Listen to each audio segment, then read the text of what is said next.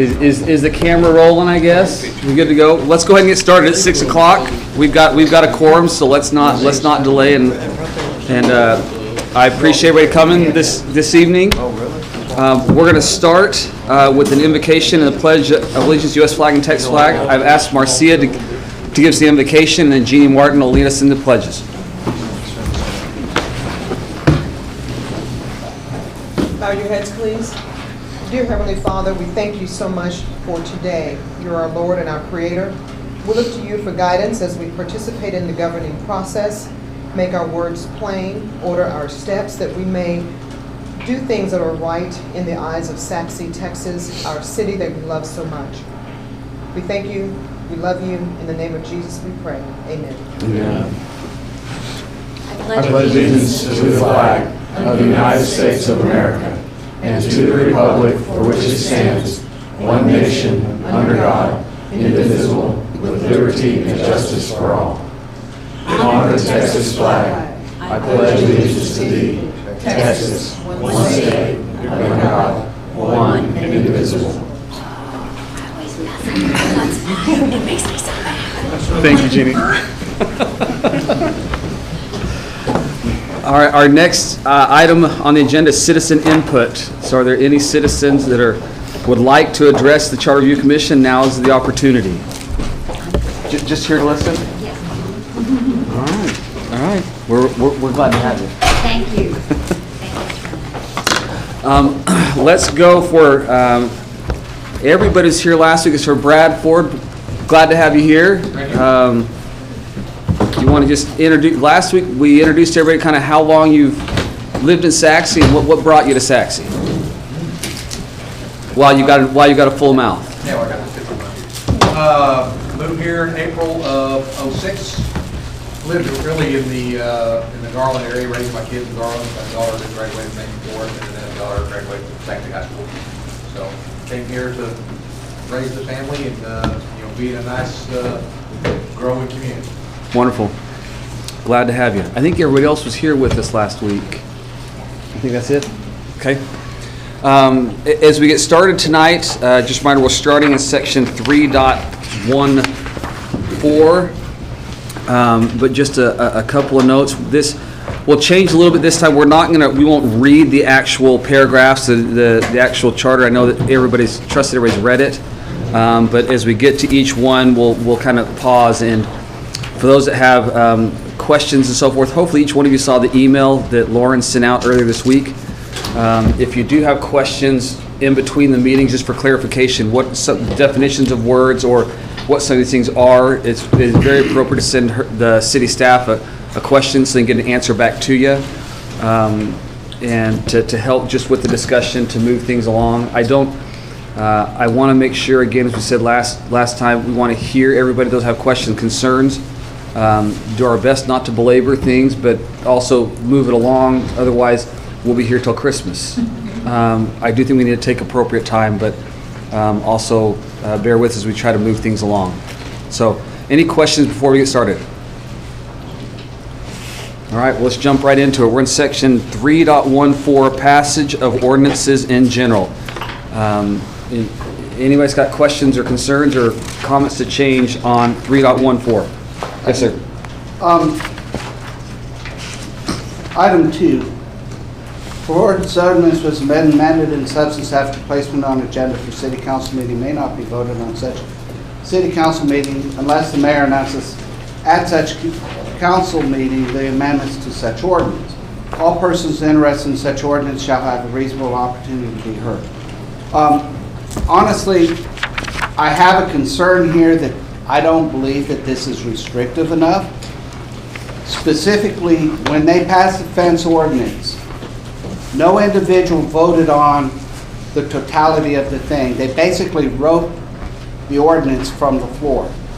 That's not the way any legislation should be done. It should not be done from the floor, because at the end you have a series of little piecemeal, but nobody actually voted on the substance, being able to read the substance. Sorry about that.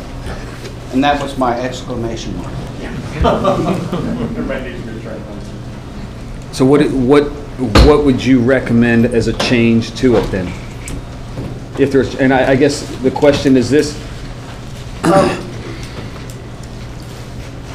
is this consistent with state law, or is this a Well, I mean, deviation if you from it? talk to state legislatures, if you talk to any federal legislators, they'll tell you that drafting ordinances on the floor is a bad idea.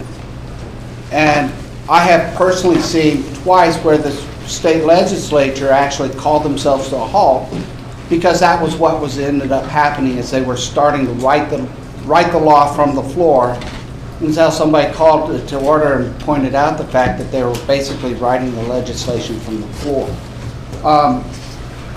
I'm not exactly sure how to word it. Maybe put a limit on the number of amendments, because I mean that ordinance had basically one amendment for every point inside of it. So if we said no more than 2 amendments, that would probably kind of stop that. They could discuss the amendments, they could come up with them, but then it would give a chance to breathe and have it written so that somebody could actually read from top to bottom what was voted on. That would mean if they changed 2 words in there that were inconsequential. It does say substantial. That's a Okay, but we could say too substantial. Well, I was going to say, this is actually more cumbersome than what most cities have. If you take a look at what other cities have, it's more cumbersome. Some cities have 2 readings of an ordinance, and I believe that's what we used to have. We got away from that many years ago. And with the mayor having to read the change that's made, that certainly is enough information to the public present and those watching the TV what the change is. I mean, the council's not at all like folks in Austin where they're sticking stuff in at the last minute and stuff gets changed like you would not believe it. But the ordinance gets prepared in the packet on the agenda. Sometimes there's a minor change by somebody, or maybe the council decides to change a time period from 10 days to a 20 days, something as simple as that. You know, it's your charter. I'm just saying this is got more meat to it than most things have. Okay. Kurt, Please. So is your recommendation ultimately then, if an ordinance is amended, then it has to wait until the next meeting? Substantial amendment. Right. But it would then need Or to be...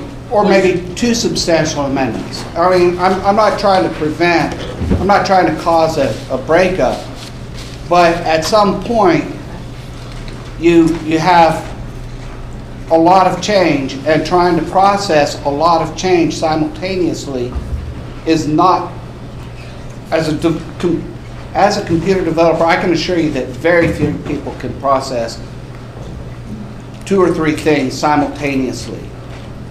The truth is we think we do, but we don't. So I mean, or it could be three substantial amendments. I mean, basically, the thing is when there's enough substance there, I do believe that it should be reread, have another reading in its entirety. As I'm not trying to kill off because of minor wording changes, and I don't think, I mean, the substance is a big thing there. It's a big word. Minor words are not. And nobody's going to say, well, that's a huge change in substance. No, you just change they to them.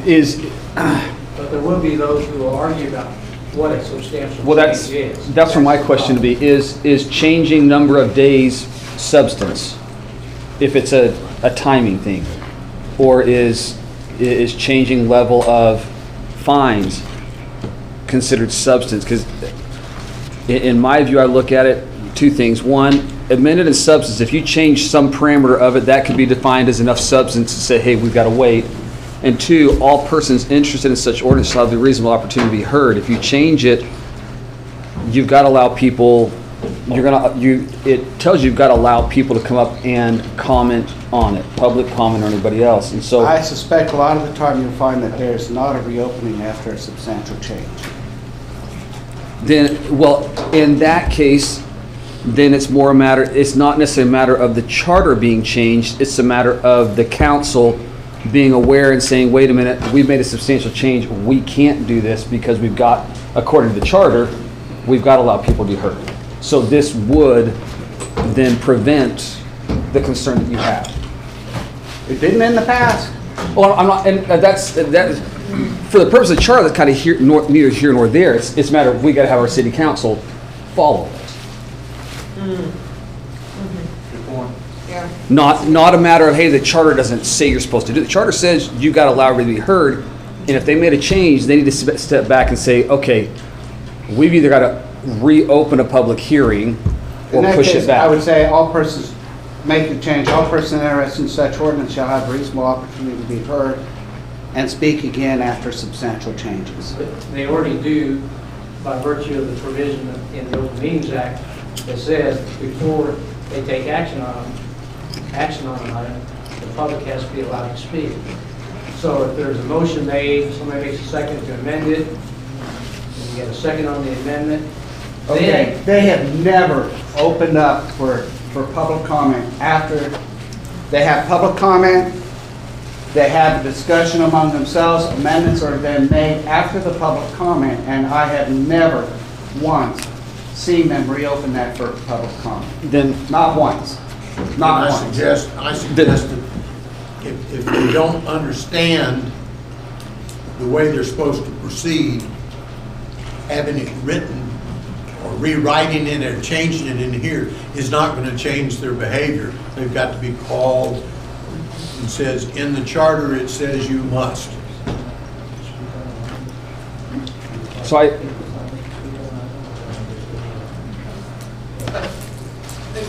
He was asking if we required people to sign up to speak on an item.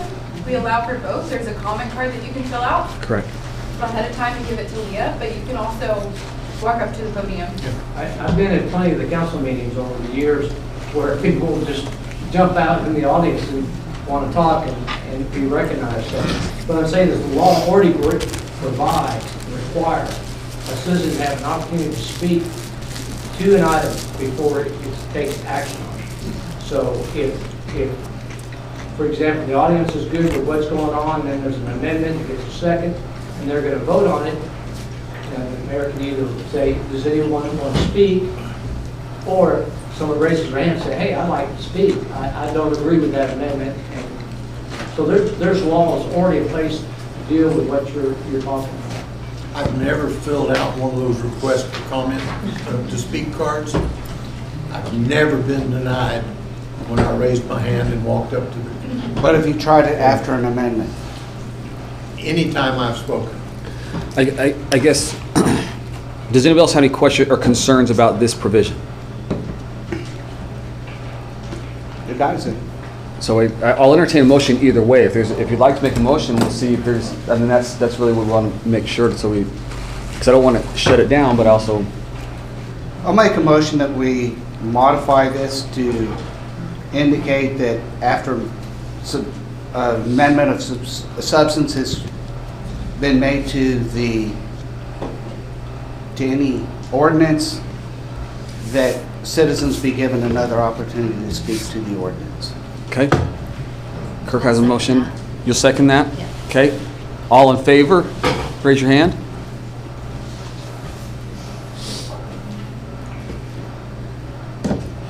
All opposed? Do you got that okay, Leah? Keep them up. I actually did it the other way. Did you? Okay. Okay. So we have 3, we have 14 signatures. Yes, we have 14, yes.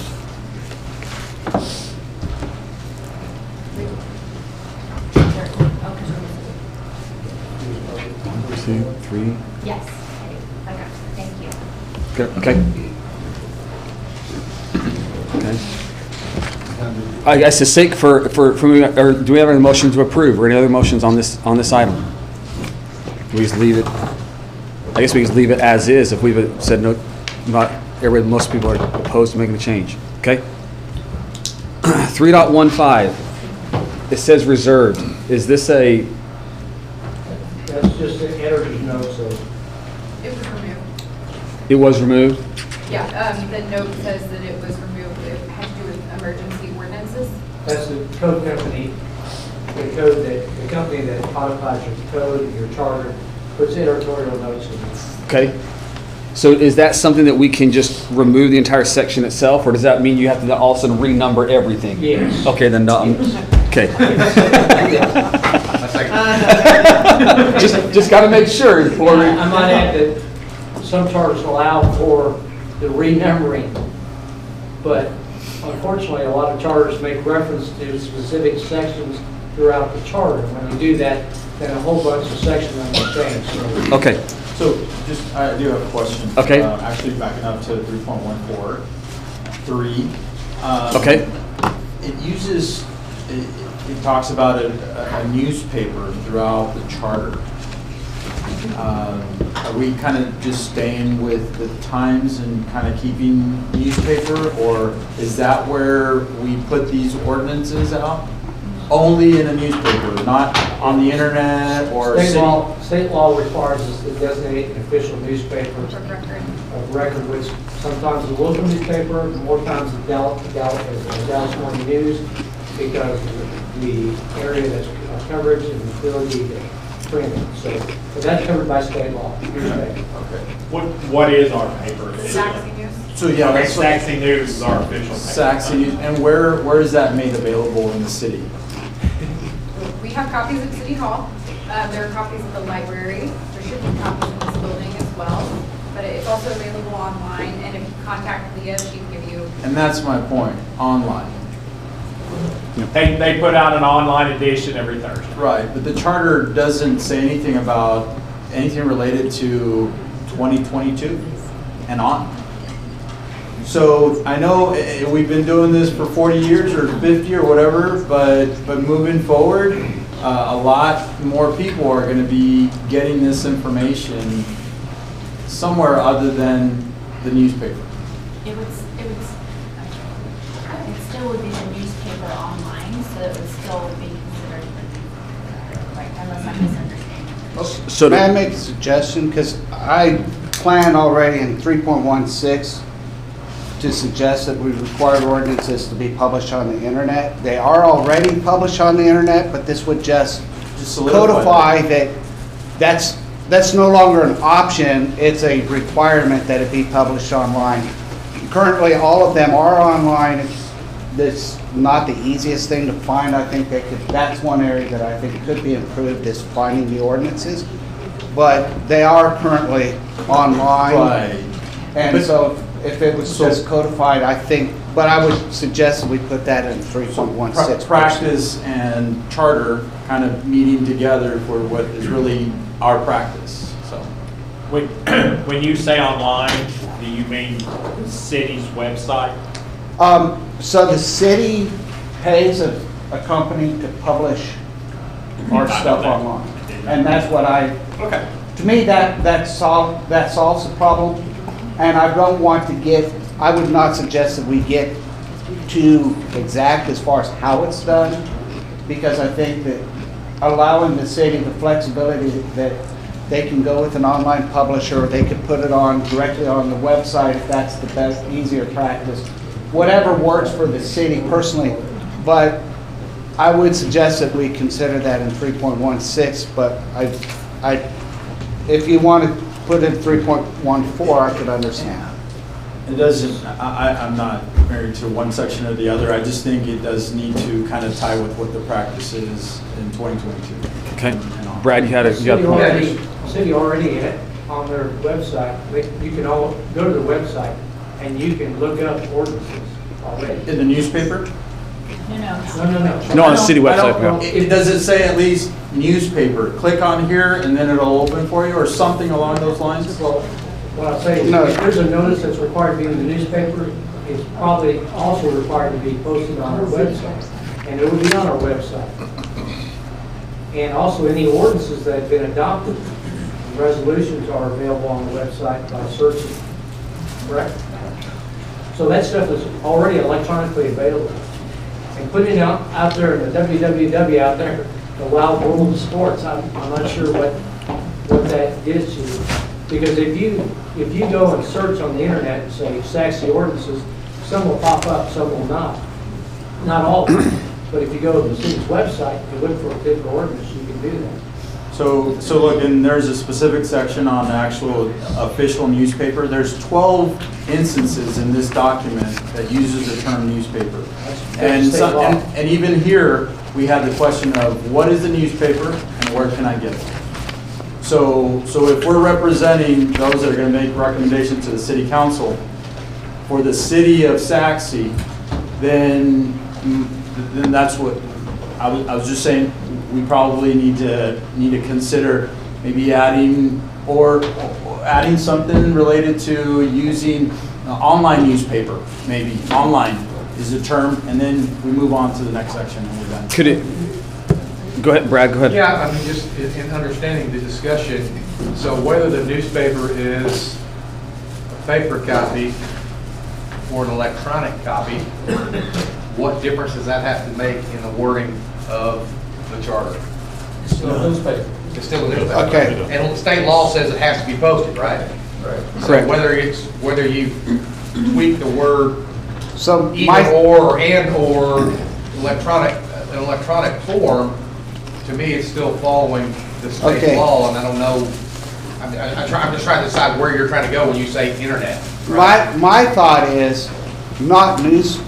The newspaper, that's a state law. Yeah. It's an outdated state law.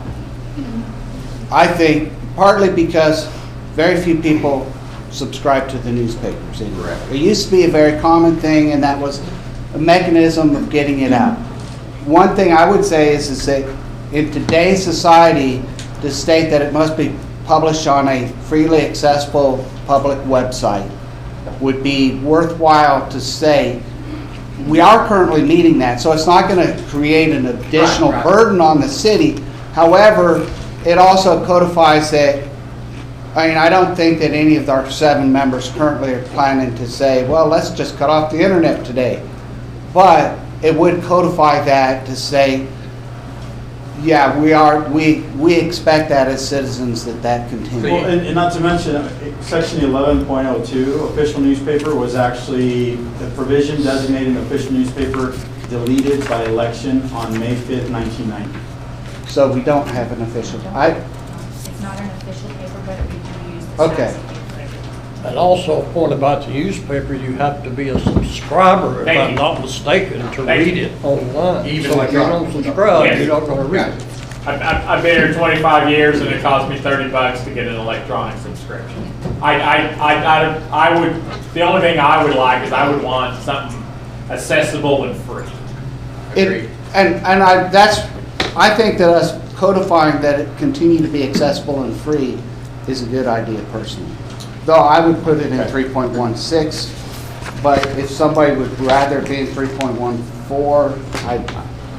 I think 3.16 basically just codify that, yes, you can go and find the ordinances, which you can currently, but I do think that codifying it is a good idea. Okay. So, yes, go ahead. Then I did too. Pete, I got a question on this discussion topic. If it's in the charter that there's required to be an online presence and it specifies that if that online presence goes down, there's a glitch, if there's a redo of the city website and it's not accessible for a day or a month or a week or whatever, would that potentially then bring into question the validity of the ordinance being acted on at a city council meeting? Yes, unless you provide otherwise, such as in the case on the Open Meetings Act. Certain cities and economic development corporations have to have their agenda and packet on the city's website. And if it's not on there, unless there's an electronic failure not due to your own, Okay. which most times it's human error, not electronic error, then you can't have a meeting. So if you make those kind of requirements, then we have to be careful with the language to make sure that now we're setting ourselves up for an extra hurdle. such as on zoning cases where some cities have extended the notification area to a certain distance, albeit state law only requires it 200 feet from the property inside the city limits. You don't have to notify outside the city limits. But some cities have extended the boundary regardless of that city limit, and then they have people coming in from outside the city contesting zoning, even though they're not voters, residents of the city. So you got to think about the unintended consequences. Thank you. So, Pete, with that, so you use the terminology where you let the paper in there, because obviously you have to follow the state law, right? And or, right? And or, where you can have it on a free public website and the newspaper, so do it both. I think I have a happy medium suggestion. But, You can't? No, because in that, the I think ordinance that we says probably, we don't have to put it on newspaper. Billy has a good point. In violation I of appreciate state your law. point, because I had not thought about, It had, What's the all happy services medium go, suggestion? all services go down. I would think we could potentially deal with that in the language. I guess my thought on it, I think we need to do, the law requires the newspaper be published in the newspaper. If we follow the law, everybody's trying to be a little progressive and stay with the 21st century and 22nd century as we move along. So I think it'll be online because the city tries to put everything they can online. Your point, I think, is probably the most valid. If something goes down and now because you don't have access to it, you're stuck and you can't operate city business. The Saxony News in the New York Times, guys, it prints once a week. They could have a technical get-up. They could have a technical issue just like anybody else. Yep. And if it doesn't come out on Thursday, it's you can't solve all. There's not a perfect fix. And if it's a notice that has to be in the newspaper and out on that time period, it doesn't, then we can't have Then it that. pushes. Then we can't have that Right. item considered. But I'm more interested in internet it free. Like I said, it cost me $30 to find this out. And I don't think you should have to do that. You should be able to type up something. Everybody pays for Google. Or you can go to the library and get internet access. And Marty, I will say, if that's ever the case, contact one of us, because we can get that for you. well, I understand that, but once again, there's 20,000 people out there that Sure, but we are and a sometimes resource. it's hard to find. Yes. And it is, because I've looked before too, and it's just hard to find. So I would it say, could be easier. go ahead, Carlos, and then I'd entertain. We can't solve that here though, when you pay $30 a month, right? Right. Well, no, but if you say it's online and it increases the access, what's it hurt? I guess for me though, having the word newspaper, unless state law has changed, why are we making it, our Saxony ordinance greater than state law? I don't understand that. Well, we would. Finite, I was going to mention this to you, that the legislature has, all the city's been crying about how much it costs to put stuff in the newspaper. And so we've been trying to get the legislature, let's just put it on the internet, okay? Put it on our website. And that way we'll save a whole bunch of money. Well, now we're required to keep track of what it costs us, so the legislature can see if it's really that onerous of a cost for local government. So I was going to say, publish in the newspaper or as otherwise may be provided by law. Let's go. I motion for that content there. Okay. Or In the newspaper or otherwise. Or otherwise, what was that? Or as otherwise required, Required by- or as otherwise allowed by law. Or is otherwise allowed by law. Yeah, so instead of required, change it to allowed. There you go. Okay. So I have a motion from Eric to change that. This is 3.14, section 3, the last sentence, in its entire summary form after adoption in a newspaper or as otherwise allowed by law. Okay? second. Second from Charles. All in favor? Any opposed? Hang on. Are you counting the opposed or the I'm force? counting You kind of- Whatever's whichever left. smaller. So the opposed, Thank you. is It's Carlos. anybody opposed? Was Carlos is, anybody- yes. Okay. Okay. Any other items there? Otherwise, we're going to jump to 316. 316, any questions, concerns, comments on 316, sections 1, 2, and 3? I'd like to make a motion that we add number 4. The city shall publish ordinances and amendment. The city shall publish all ordinances and amendments on a freely available website, excepting technical difficulties caused by said website to go down. They already do that. I know they do that. I want to make this a law. I'm sorry, with all deference, this is our position to decide what we want to put forward, and this is my motion. Okay. Read it again, just to make sure I understand, just your motion. The city shall publish all ordinances and amendments on a freely available website, excepting technical difficulties causing said site to go down. Just basically codifying that they don't have it's not optional anymore, it's now a requirement. Okay. I have a motion. Do I have a second? A freely accessible website. We'd like to have some discussion on that, unless somebody wants to second. I'll second it so we can have discussion. Okay. We've got a second from Jeannie. Any discussion? Question? Brad, you have a question or discussion? What is your thought or mind process on forcing them to put it on a website that when you have already all the transparency that we have, what is your thought process in forcing them to do that, or thinking that they won't do that at some point? Well, we think a lot of things would never happen over my life, and I'm only in my 50s. My parents would have even more stories about what they thought would never happen in their life. I think that it's a constant thing that right now things are open, but that doesn't mean that it'll continue to be open. I basically would say that it comes down to, I believe in codifying some things that we have accepted as a normal practice, because, and then if somebody down the road says, well, we should change that, that'd be fine. Pete, I had a question. Yes, sir. What is there in state law or in the law that tells the city it does or doesn't have to post its ordinances for public review? I mean, they put them on the website already, obviously. And Well, state law says you have to put it in the news. You have to publish it in the newspaper by law. So Change.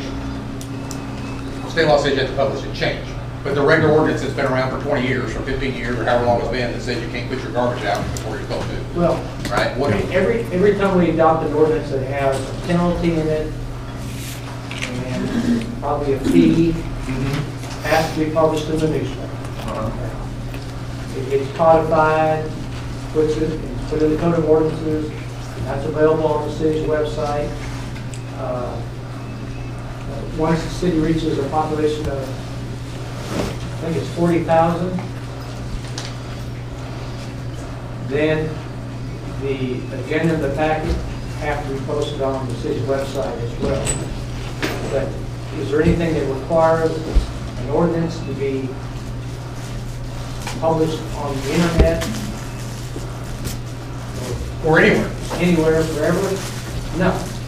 No, because that would be, you're talking about, what was the city called, 1956? There's been a few ordinances since 1956. And we're lucky we have them all in microfiche somewhere. Okay? I'm just being honest. Big or small city, doesn't make any difference. This is the same way, 1953, I think, in Richardson. Yeah. Another railroad community. So, you got to think about, it's your deal, but you got to think about the impact that it has, cost to the city, the upkeep, the maintenance, and the expectations. Well, I'll be able to find the ordinance that was passed in 1957 on the website, because the city is required to post it. Question to what you're saying and to what Mr. Ford is Yes. saying? Okay, so freely accessible, and if it's not, then Jane Q. Public, John Q. Citizen has what recourse? Right there. Do they know to call or contact you? I mean, do you get that now?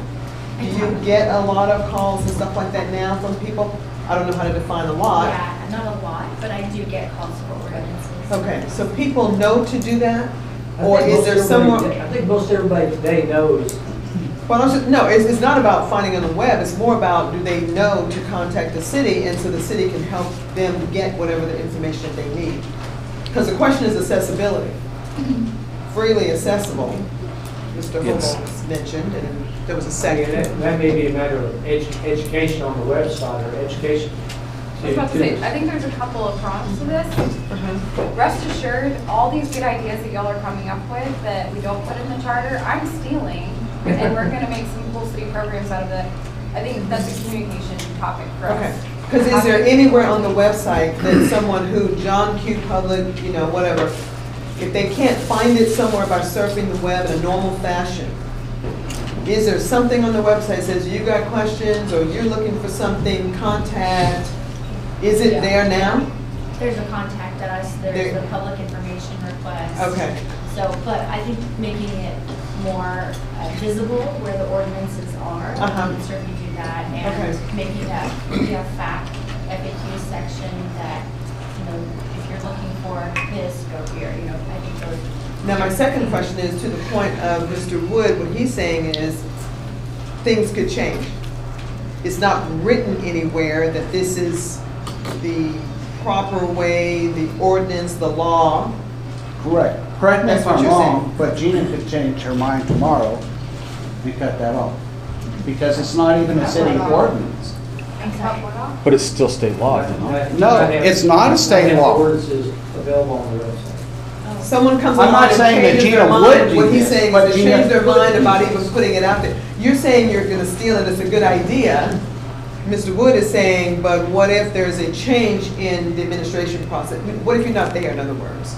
Now that idea doesn't get updated, it doesn't continue to be. And please understand, I am not aiming this at anybody. It's not that I think Gina would. Well, okay, but But let's back that up. the because point do you is think that- Gina, who's accountable to the city council, could get away with removing the code of ordinances from the city's website? I don't honestly know. Okay. At some point, they might be able to. What about? I guess- what about having meetings? In 3, it says, council shall cause all ordinances amendments to this charter. What about something simple as a copy of each ordinance after its passage shall be made available on the city's website? That's what I was looking for, actually. And I don't want to make it so that, we're out of compliance because the website goes down. That would be a very high concern of mine. In my field, that I get it. That's the bane of my existence as a web developer, is websites going down. I understand that happens. If we need to make some language to cover that, I want that in there because that is a simple reality of websites. They go down. We don't like it, but they go down. I think, But I would like to propose that something go in to say that it be maintained on the web. That's all I'm. I think your motion, Falls, it falls. your motion accomplished it in what Pete's saying, because you're saying it freely available. The city's website is freely available. And we have a second. So, and we've got a second, so let's really quick. Point and of we'll- clarification. Yes. Because I think we're using two things interchangeably. We're talking about ordinances, and then we're talking about the Saxe City Code. And those are defined as two different things. So if we say ordinances, that means ordinances as adopted in their pure form, not the Saxe City Code, which is the codification of the aggregate ordinances. So are we talking about the Saxe City Code, or are we talking about ordinances? Because Okay, so. that's a big. So you no- just nobody caught me knows off what guard, honestly. You just caught me off guard, but thinking about it, it does make sense because not every ordinance is under No, that you don't need thing. them. Once they're codified, you don't need to see the And, ordinance I anymore. mean, some of those ordinances are, 1958, deal with fences in wood, 1959. or in fences in Jackson Meadows. Yeah, some of them are superseded, some of them are gone, all That that stuff. they have a metal fence as a city ordinance that was part of the plating ordinance. And plating ordinances are not typically, Yeah. How about There, so- access to the code of ordinances shall be made available on the city's website. Because it may be a link, or it may be us having a. Okay.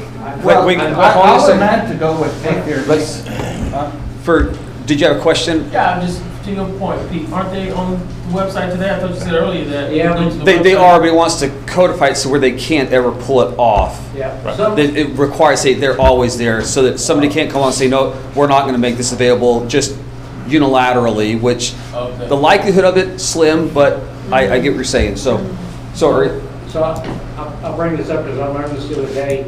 Municipal Code Corporation, which is a big one that does a lot of cities, is being bought out by another company that primarily does designs websites. So they may be getting out of business, and so now they're offering software to cities where you can update your code on your own. So there may be a day where we're doing it ourselves. Cities did that originally. They did it themselves, or they rely on some outside company to do it. So not all ordinances are codified in the Code of Ordinances. Some ordinances are standalone animals, and so they're not always in the Code of Ordinances. But Okay, we could say all ordinances after they're adopted shall be available on the city website. We could add the Code of Ordinances. The Code of Ordinances shall be accessible to the public via the website, something like that. And then just, I'm sorry. Well, no, I guess the I just want question. to create a cumbersome consequence of maintaining a library of archaic ordinances. I want to agree with you on yeah. that, and I appreciate that, and that was, certainly no, I understand not what you're what saying. my thing was, as much as the Code of Ordinances, which typically affects most of our lives. Yeah. And currently, I mean, I'm not saying it will, I'm not making any accusations, I'm just saying that a lot of things we never thought would happen have happened, and especially in the last 2 years. And if you're not, I really don't understand how I mean, there's been a lot of things over the last 2 years. A lot of people are scratching their heads and saying, never thought I'd see the day. And I never think I'd see the day where that would go, but I would just as soon put that into writing. Okay, so for the sake of business, we need to vote on the motion that's on the table, and then if we need to change that, let's do that. I want Otherwise- to modify this so that it's not all ordinances, but what was The code of, or the, what was that you said? I would, why don't you, Start why am I speaking? Yeah. I don't know what I'm talking Start about. So over. you can, Code of ordinances. So would it make sense to do something like shall be published individually on the city website until such time they are codified in the Saxe city code, and then the city code will be maintained on the city website? Just take in paragraph 3, right there at the end where it says it's got to be put in the newspaper as required by law, comma, or and published on the city website. As either the ordinance or as part Okay, of the cool. section. okay, But Kurt, you're proposing to add something to 3.16, we're still not on. that's where he was at Yes, I was 3.16. on Yes. 3.16. City shall publish the code Code ordinances of until, ordinances. Okay, so I'll modify. The city shall publish the code of city ordinances on a freely available website, excepting technical difficulties. We could even just say accepting technical difficulties. Could I suggest some different language? please. Make the Code of Ordinances accessible on the city's website. Okay, I don't want to I'll say go with published, because that. that sounds like we're going to have to reprint it and put it on Right, there. make, The Code of Ordinances. so the city shall It isn't, Jeannie. make the code of ordinances accessible on the city website. accessible. I would suggest on or from I should say on the city website. My issue with on the city website. Okay, I'll give you is- honor is from, on the I'm technical sorry. thing. Okay. I'm a technical I, guy. hey, I so- get it, but I'm 45 minutes in, I've made it. Okay. Point out two things, guys. I don't want to be rude, but my gosh, we're never going to make it, guys. I'm sorry. I apologize, Kurt. I really don't want to be rude. We're 45 minutes in, and I'm 2 paragraphs down. Okay, so So- the city shall make the Code of Ordinances accessible on or from the city website. Okay? Do I have a second? Jeannie Martin said, any other discussion? Okay? All in favor of that addition to 3.16, make it section 3.16, I guess, dot 4? Okay, all in favor? Raise your hand. One, hang on, stay right there. It'd be 3.16 subsection 4. Adding a subsection. So you got Marcia, Jim, Jeannie, Billy. Do you got a Marty, Kurt? This is 4, right? Yes. And Jim. You got them? Okay, all opposed?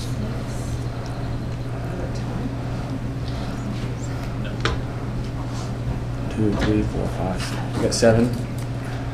You're even split. That fails. Okay. Anything else on 3.16? It failed, is that what we're saying? It failed because it's tight. The change. The change Yes, failed. yes, yes, the change, otherwise it's wording as is, Wording as is. Yes. meaning no 4. No 4. No 4. No 4 because. Okay. All the other sections are good, right? All the other sections are fine. Okay. 3.17, investigations by city council. We covered this a little bit because it's an earlier section, but this got its own specific section. Any questions, concerns, comments related to 3.17? I do. Okay, Marcia? City council, is there a certain number of city council that need to be for the investigation in order for it to carry forth? I don't know how that's defined. I think So this is one the city council as a whole. person That was should- my question, yeah. Okay, Okay. one city council person can come up and say they want an investigation on something. Or do they need a number of? Yeah. I think it'd be a majority of the quorum. I don't know. I mean, That's not, well. I don't know the answer. I know that well, the other cities that I read have the same paragraph, but I don't, that's a good question. I don't know the answer to it. Yeah. It's good, yeah. Does it use member? No, it doesn't. It talks about the body, agreed. Okay. They're the board of directors of the corporation, not the individuals acting by their own. So the board would need to agree, they would need to cast a vote that there is an issue or something that they need to investigate. So flushing that out a little bit more, make sure I'm clear. If one person, let's say I have a problem, I want an audit on the IT department, and then the other 5 vote against me, then there's no audit. That's right. Okay, all right, yeah, so long as it's clear. Okay. Yeah. Good question. Okay, so we entertain any other discussion or questions on that one? Motion to accept as Motion. is. Okay, motion and a second by Billy? Who was the second? Billy was. Thank you. Kirk was the motion, Billy was the second. Kirk was the motion, Billy's the second. All in favor? That's unanimous. No opposed. I think I saw more. Yeah, sorry, but I guess you raised your hand. Yeah, no, I Okay, did. okay. Can I ask y'all a favor? Okay, Because Leah and I are marking up our charters and looking down. When you make a motion, could you announce yourself? Sure. So we don't have to bug y'all and say, who did that? okay, before we move to 4.0, we've got to go back to, this is where, or should we? Oh, Oh, we have 3.18, sorry. yeah. Bond. Any questions or concerns related to the bond? Second. Jeannie made a motion, Carlos seconded. I don't know. Okay, Hans, you had a motion by Jeannie, seconded by Carlos. Okay, question I here. just want to confirm, Pete, that this is something we need. We still need a 3.18. In the charter. Right, exactly. Absolutely. You know what, we could shift you guys down a little bit. Or do we Here, even do take it? your, sit on the other side of Marcia. I'm using my left hand, don't get confused. Sit on the other side of Marcia, seriously, because it's empty Well, the and, sons? yeah. Okay. Guys, we can lose the table I'm good. Let's go. Let's Billy, go. hold We up don't your want to waste another couple minutes. Hold up a blanket. I know, right? Do we still, does 3.6, is that a required? She in subsection 3.19. Yeah, I was telling them we need to put something, something to charter to put. Yeah, for curtains? Yes. During charter review commission meetings, we shall. Exactly. All right, let's go. If 3.8 is, 18 on the bond, no, and when it's in the charter, it's not often followed. That's across the board. I mean, across usually, cities? they may have some kind of bond for the CFO, something like that, or the manager, but, Hold up, it's not even required anymore? we could add as may be required by law. Okay. Because you never know what the legislature's going to do to us. I'm just being honest. Well, But if the legislature changes it, what does it matter if it's in our charter or not? Because we're beholden to what the state says, correct? That's correct. Then I'm not so the worried about catch it. is though, if Okay. we don't have that bond on those people and they steal money from the city, the money is gone. The bond covers, the bond basically covers to pay back the city if somebody steals the money. Up to the bond limit. Up to the bond That- amount. You're right, So to if the this bond is a amount. bond, That's and the key. you get a $1,500 bond, and the guy Right. steals 20 grand, you're gonna get $1,500 back. That's right. You're correct. So, Let me double check that to make sure. I'll look at it while we're sitting here tonight. Okay. For now, we've got a motion to leave it as is. Can we vote on that with the idea that we can come back to it if Pete finds something that's substantially We or have a significantly motion in important? a second, and I will make a note that we'll revisit it based on. Yeah. Pete's- If we please, okay, all in favor? Well, I don't even know. Go ahead. I'm sorry, I don't even know if we do it. Pete's checking to see the If legality. the legality of it. Okay. Yes. Like, I don't even know if we do it. That's what I'm saying. So you don't know if there is a bond even You want to though talk softly about that. I don't. Okay, then, if everyone's okay, It's that, different. I'm gonna push this one from and let Pete find out, okay? Is that I okay? withdraw my motion. Okay. That's easier. We'll just. Let's just, we'll circle back to it, okay? All right, at the risk of, are you ready? I'm ready. Okay, now we need to go back to the one other issue that we pushed to the end of the section relating back to section 3.01, or wait, is it? Yeah, 3.01, okay? Because there's a question brought up about term limits. I guess I'd open it up to thoughts, recognizing I know there's a lot of people that have questions on this one. I don't want it to take the next 2 hours. But if you've got, please, if you want an opportunity to say something, kind of what your thought is, great. And but be mindful, we've got a long ways to go, and this is just part of the charter. Okay. Okay, Jeannie wanted to, and I'll let you go next, Brad. Okay. I'd absolutely love to see something come forward from this committee about term limits. So there is a petition out there. I have no issues with there being 2 proposals. I would love to see what the city council will do with this moving forward. But at the same time, know that the petition is absolutely moving forward as well. And the estimation is that it will be on the November ballot. And so one way or another. And so, but still, I think it's important for this group to propose what they're going to propose. So. What would you propose in terms of term limits? So the discussion's out here. I would like to see a limit of 2 3-year terms for council seats, and then 2 additional 3-year terms for the mayor. And then after a 2-year sit out, they may run again. And that's it. If there could be, if they are filling a vacancy and it is a year or less, that does not count against them when it comes to the consecutive terms. So 2 3-year terms for the council, Correct. and then 2 3-year terms for the mayor. The additional, if it's a council person who's running for those seats. Additional, and if they sit out, then they can start all over again. Yes. All right.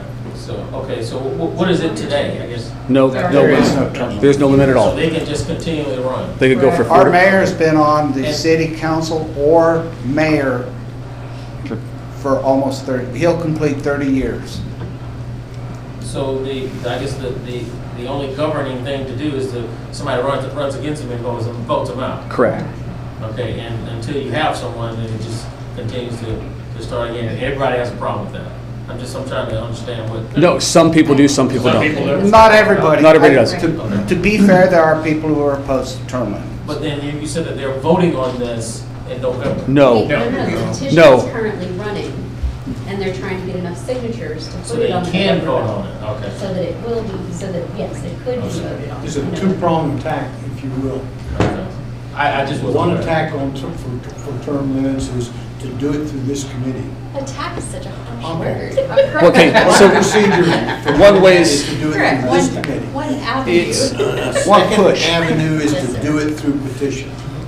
Raise your hand. Scott. Jim, and then, okay, hang on a second, let me get Jim, and I'll get back to you, Pete, for a second. Go ahead, Jim. Well, my question's print video. Okay, So if she has her petition drawn up a certain way with certain term limits, if this committee proposes to the council and they pass it, This is awesome. different term limits, and both of them go on the ballot, both of them pass, Oh, which yeah. one takes precedence? That's a very good question. And there's only one case, one reported case where they had conflicting ballot. And so depending what gets passed by the voters, you try to have to reconcile it to see if they can be reconciled in some way. The answer is, I don't know what the answer to that question will be. I'll probably end up in a lawsuit because unless they effectively say the same thing. Could we have a runoff election? So the answer will be, it ultimately, let's say you have two and they conflict and nobody can reconcile them anyway. One or the other, either the proponents or maybe the city would file a suit for declaratory judgment and ask the district judge, tell us, what does this mean? What are our term limits, if any? So I wish I could answer that question, but I can't. The question I was going to ask is your petition being circulated prospective or retroactive? That's the thing you need to keep in mind is it a going forward basis? For example, nobody shall be elected more than 2 3-year terms. Is that going forward, or does that mean if you've already served 2 3-year terms, you're no longer eligible to run for office? So keep that in mind when you talk about this. About is it prospective, going forward, or does it penalize those who are already in office? It would, my interpretation of it is that it takes effect upon, assuming it's voted on by the voters, approved by the voters, it would take effect, and the numbers say 2 2-year terms, and if you've already served 2 2-year terms, when the current term you're on is up, you're no longer electable. That makes it retroactive. So I'm just saying, some cities, when they've done this, have made it prospective. Okay, beginning with the election in May of 2023, no person shall serve more than 2 3-year terms. One thing I would mention is that in Irving, the city council attempted to, they had a term limit and it passed, but the city council decided that since it, in their view, it didn't specify that it would be a going forward, so anything currently on the books did not count, which invoked a lawsuit immediately, of course. Sure. I don't believe that our council would do that, but Once again, there's lots of things that are happening that we never thought any would. other, there you go. any other comments or thoughts or questions relates to the term limits? Yeah. Brad, go ahead. It seems to me like if this committee, Yeah, I do. if this committee wanted to make a recommendation or make something to the change for term limits, if the wording was in line with the petition, then you would avoid the problem that you were talking about, having 2 different things, on the ballot. Yes and no. Keep with your thought, and I'll tell you in a second. Because the city council can change what we recommend to them.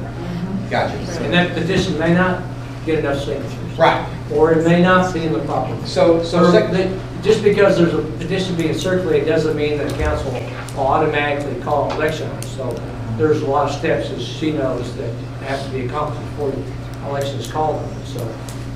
Okay, let me go to Marty for a second. Marty, go ahead. If somebody, my question is what I would like to see the next step out of this committee is just to vote on whether or not we want to address it or not. That way it leaves her to move forward. And then if we want to address it, then we can talk about our own change. Okay. Question, and then I'll entertain a motion then. So, Oh, wait, I'm sorry, Bill, I cut you off. Go ahead, Carlos, and I'll get Billy here. Go ahead. No, it's great. I'll go next. Okay, Billy, what's Yeah, I want to share a few thoughts. I personally, just to be totally open, transparent, I'm fine with letting the voters vote to replace a council member. Just personally, I'm fine letting that process determine when somebody is no longer on the city council. Just to be told, I'm fine with that. But I wanted to kind of share a couple of thoughts. One specifically to the 6-year idea of a 6-year limit. Got some experience with this. It takes somebody who doesn't have a background in municipal running government, local government. It takes them a solid 2 years to really get up to speed, up to plane to where they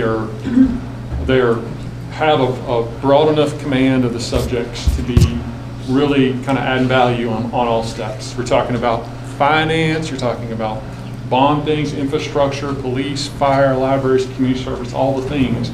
It takes two full years before a city council member, in my experience, now that's an average, really gets up to where they're really able to be really feel confident and have enough of a base and familiarity with what do I do with an audit? What do I do with all those things? So it's essentially a 6-year term. You got to take 2 of those years and they're functioning, but it's on a partial capacity. That's one thing. Just think about that. I mean, it's really, you're getting 4 good years out of a new council member who's elected. 2, I want to make a couple of just observations about how long it takes to accomplish significant municipal things. This building we're sitting in right now, multiple decades in the making. That senior center that's over there, that was decades in the making. The animal shelter that just got passed on the bond election, decades in the making. And if we think about a limit that is really short, that churn threatens the ability to do things like Bunker Hill Road, those who have been here to see that mess get fixed. It takes a long time, decades, to accomplish really significant local government activities. So just be mindful of that. Along that same thread, your strategic plan. A typical kind of a strategic plan, as well as a real capital improvement plan, is typically about 5 years that you're acting on. So if you adopt it is very common to have, I think we even reflected in our 5-year capital improvement plan, and we're talking about a 6-year term limit. A council member who might have the chance to have input really kind of in one capital improvement plan, and again, these projects take a long time. So it creates an environment where a council member who's elected and terms out in a 6-year kind of a cycle, they don't even get to bear the consequences of their decisions in many instances. We're talking the big decisions, the big dollar decisions. They don't get to bear them because they've termed out after 6 years, they're gone. It took them 2 years to get up to speed, and then they're working 4 years, and if it's a 5-year capital plan or a big bond program, a 6-year term won't even allow council members to see the end of the bonds that just got passed by the voters, because it takes that long. It's going to take that long to do merit road. It's going to take that long to build these big things. So just think about that. We're talking about a churn with a 6-year period that is really kind of that continuity of oversight is gone, right? 2 more things. One is there's a consequence that in my casual observation in the arena, when there's too short of a term between in a limit period, and it's not good or bad. It's just, I think it's just fact because of the reality of the continuity. What ends up being your continuity in your local leadership is your city manager and the leadership team in the city. You become more dependent. I'm not saying that's good or bad. It's just what I've observed in my wanderings is that the piece of continuity that carries your city forward becomes more and more your staff. And if that's the outcome that the commission wants to recommend, then that is. But just as consequence, and like I said, no judgment on former city managers, But, you know, it's just a fact. This just kind of happens when you end up with that churn. So those are a few points I wanted to make. I could do a lot more and talk more about those things, but think about that. Big deals take more than 6 years. They take, many times, big deals take decades of shepherding. The hospital down, and I'm not saying it's good or bad, no judgment on the business, but I like the jobs in town. But the hospital that's down on the toll road was more than 6 years in the making. So just think about economic development, your big public projects, the building we're sitting in now, that city hall. There were citizens and council members who shepherded the beautiful complex we have here, the library, the animal shelter. It takes more than 6 years to do big things. Good, competent planning, capital planning, implementing parks plans, it takes more than 6 years. So just think about that continuity of leadership as you go forward. And then there's a cautionary note, and I'm not an expert in it, but you know, I understand that there are some cities around who have done these, who have enacted, citizens have enacted term limits, and they've ended up with some unintended consequences, like almost all your city council members come up for election in a year. So like in 1 year, you can have like a wholesale turnover in your council. So and we look to Pete to kind of help if the group wants to go with term limits, kind of do one of these like the section 3.021 that we the historical paragraph that I think we're owed some edits on. We need something like that to articulate how to establish continuity in an environment that would be with term limits. We've got to have continuity so we don't end up with like 6 new council members all in 1 year. That's just like, or potential for it, not that it necessarily happens. Do you want to mention about seniority on COG and all those regional boards? And that's a huge one, you know, because you do. And a lot of the regional bodies, and of course, we can talk about our regional partners, but you talk about, you know, influence with the NTTA, the influence with the Council of Governments. Talk about, you know, I was involved, had a good fortune to work with a very proactive council member years ago. We have signs down on the George Bush Turnpike that say City of Saxy second right, because of just dogged leadership and determination to work with groups. But TxDOT, you know, get big things done there on our roadways. These things take time to build the relationships and the shepherding of these, and it takes somebody who is mature in their knowledge of how intergovernmental things work to be able to shepherd those things. And it just doesn't really come very well in a 6-year period. But yes, a lot of the things on your regional bodies, no matter what they are, you know, they are tied to the seniority. And there is, in reality, there kind of ends up being a progress where, you know, when an elected official of a community is appointed to some board or something on the regional, then they kind of have to work up through the ranks, right? And these things can take some time before your community has a leadership voice in a regional setting, right? So it's something to be thinking about. I'm very concerned about the idea of a 6-year term for what it means for the community. You lose continuity. It becomes extremely hard to do some of these big things. Not that the citizens carry the torch on a lot of this stuff, by the way. I don't think the city council does it all. Citizens, the reason we have all of these great public facilities and things is because of the citizens, but it still takes leadership. Carlos, so if we do want to think about terms, my ask would be, and again, personally, I think the voters, I don't think, philosophically, personally, if the voters, if a challenger is unsuccessful getting enough support to get voters out to come vote for them, I'm okay with them not getting elected. That's just kind of our democratic process. I'm fine with that. I personally don't think I need to have in my community charter say that no, voters, I can't trust my neighbors to go and vote and make democratic decisions. That's just a philosophical thing. But if this commission does want term limits for some reason, please be mindful about how long this commission would recommend these terms be. And I would submit that if this commission does want to recommend term limits, make them long enough so that people can get stuff done and bear the fruits of the decisions they've made, good or bad, and be accountable to citizens. Because if it's a 6-year term, city council member, you can vote in a bond program and never bear the fruit or feel the consequences. You can start an economic development, you know, discussion with the EDC and all the good work, never see it come to fruition, and never get to bear the consequences for the community. So just be thoughtful about that. Appreciate that. Thank you. Carlos?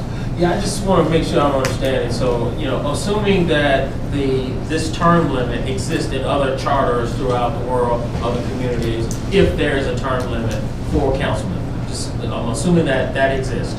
So, if it were proposed by this committee today, or this commission, that we want to add term limits, when it gets to the city councilman, can they deny it? Can they reject it? Absolutely. Okay, well, I'm good. I'm ready to go then. Charles, Butch had something Charles, he you, wanted to say. no, Charles wanted to say something first. Go ahead.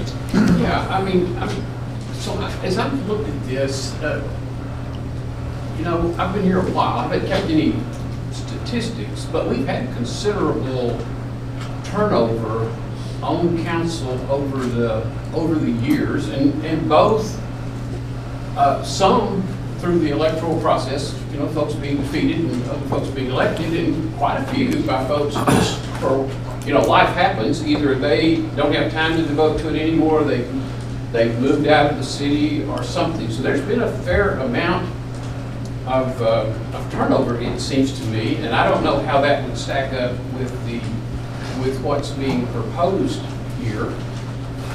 But it seems to me that the normal process in many cities,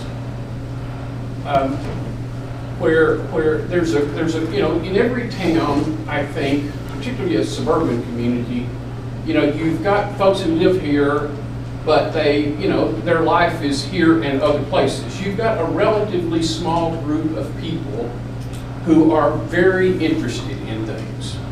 And the way that typically shows up is by participation in boards and commissions. That is kind of the training ground, it seems to me, in a lot of cases for city council elections. And that seems to me to be healthy here. I mean, that's kind of the way a lot of the council members, present and past, have kind of graduated, and depending on how the election goes here in a little bit, may continue that way. So it looks to me like the process of that, I don't know if exactly that's the way city government was set up to work, but it seems like that's the way it does work, and it seems pretty healthy to me, because it gives folks a little bit of a running start to understand at least a little bit about city government, and that seems to me to be healthy here, and it's, you know, the other thing I would say is it's not overwhelming. I mean, it would be, I haven't done it, so I can't say exactly, but in the grand scheme of elections, it doesn't seem to me to be particularly daunting or a high hurdle to run for the city council in the city of Saxon. That is, I don't think you have to raise thousands and thousands and thousands of dollars and quit your job and do all that sort of stuff. The ability for folks to run for city council seems to be pretty good. It seems to be a relatively low barrier to entry, as you would say. Yeah. And the other thing that it seems to me to happen is in a city like ours. So I would be more, so we've had a mayor who's been around a long time. I would maybe be concerned, and by the way, he's not the longest. He could probably tell us, but he's by no means the longest. No, he is the longest. He is the longest. Probably not. No, he is the longest. Oh, exactly, Exactly. sure. Oh, yeah, no doubt about that. But as you look around the Metroplex and look around the state, he's not the Look at longest. Grapevine. Yeah, that would be the poster child, right? And so I might be concerned about that if we were, I don't know how to say this, if we had always been 25,000 people, but more people have moved into this town over his tenure and decided to re-elect him. I mean, it's not like that person's all their family or something is elected. There's people who didn't know him he'd been mayor 10 years. People came in from everywhere. Well, he's still the mayor. So it doesn't seem to me to be any kind of a machine kind of a situation or anything like that. You know, and I don't know, the other thing about that, and Grapevine Peak may be a pretty decent example for this too. If people want to, and a mayor may be more, I wouldn't necessarily hold it to just a mayor, but for some of the reasons that Billy's described, but even more in so the Regional Transportation Council also comes to mind. You know, it's one of those things that nobody knows about, but it's where all the money is. But even from a kind of an advertising community identity point of view. So most of my time here, Saxe has struggled. You know, not many communities would have been as thrilled to get a Kroger as we were at the time we got a Kroger as a point of community identity. You know, and so the notion of having a visible sort of standard bearer for a long period of time, I don't think necessarily in this case has been a bad thing for Saxe as we seek our identity and have tried to establish an identity in the midst of where you can't tell from when you go from one town to another. So I don't necessarily think those are bad things, and as I look at this, I'm not so sure that this is not a solution a bit in search of a problem. Thank you, Charles. But you had a comment, I heard a question. I wanted to know just a little bit about your background. Sound like that you've been city manager somewhere and that In Saxe. Yeah, so I worked in the city of Saxe from 2008 to 2015. First as city engineer and then as city manager. Okay. So yeah, I know a little bit about it. And he- But I've and he been quit. going for 7 years, so it's time. I understand. And he quit. He didn't get fired. That's He it. quit. That's right. I wasn't run out on the rail, although Jackie Ockelberger might have wanted me to. I'm picking on you, Jackie. I'm kidding. See, an opportunity came. You had a comment, and then. Okay, I'm going to say my perception is very different from Charles Oakes. Nothing against you. My perception is almost categorically opposed, opposite of that, okay? Since 2005, I've watched most incumbents have been unopposed throughout those elections. 2 incumbents have been, to my knowledge, only 2 incumbents have been unseated. And there's a number of people who believe that the last one only was unseated because it happened in November when there were more voters than in the May elections. I believe that there's a lot of people who have a perception that Mayor Mike Felix was unbeatable, so they wouldn't bother to run. I think that there's a lot of people who had that. I will say that a good friend of mine was told by a city council member, "You will lose if you run against me." Now, I didn't hear it, but I believe my friend.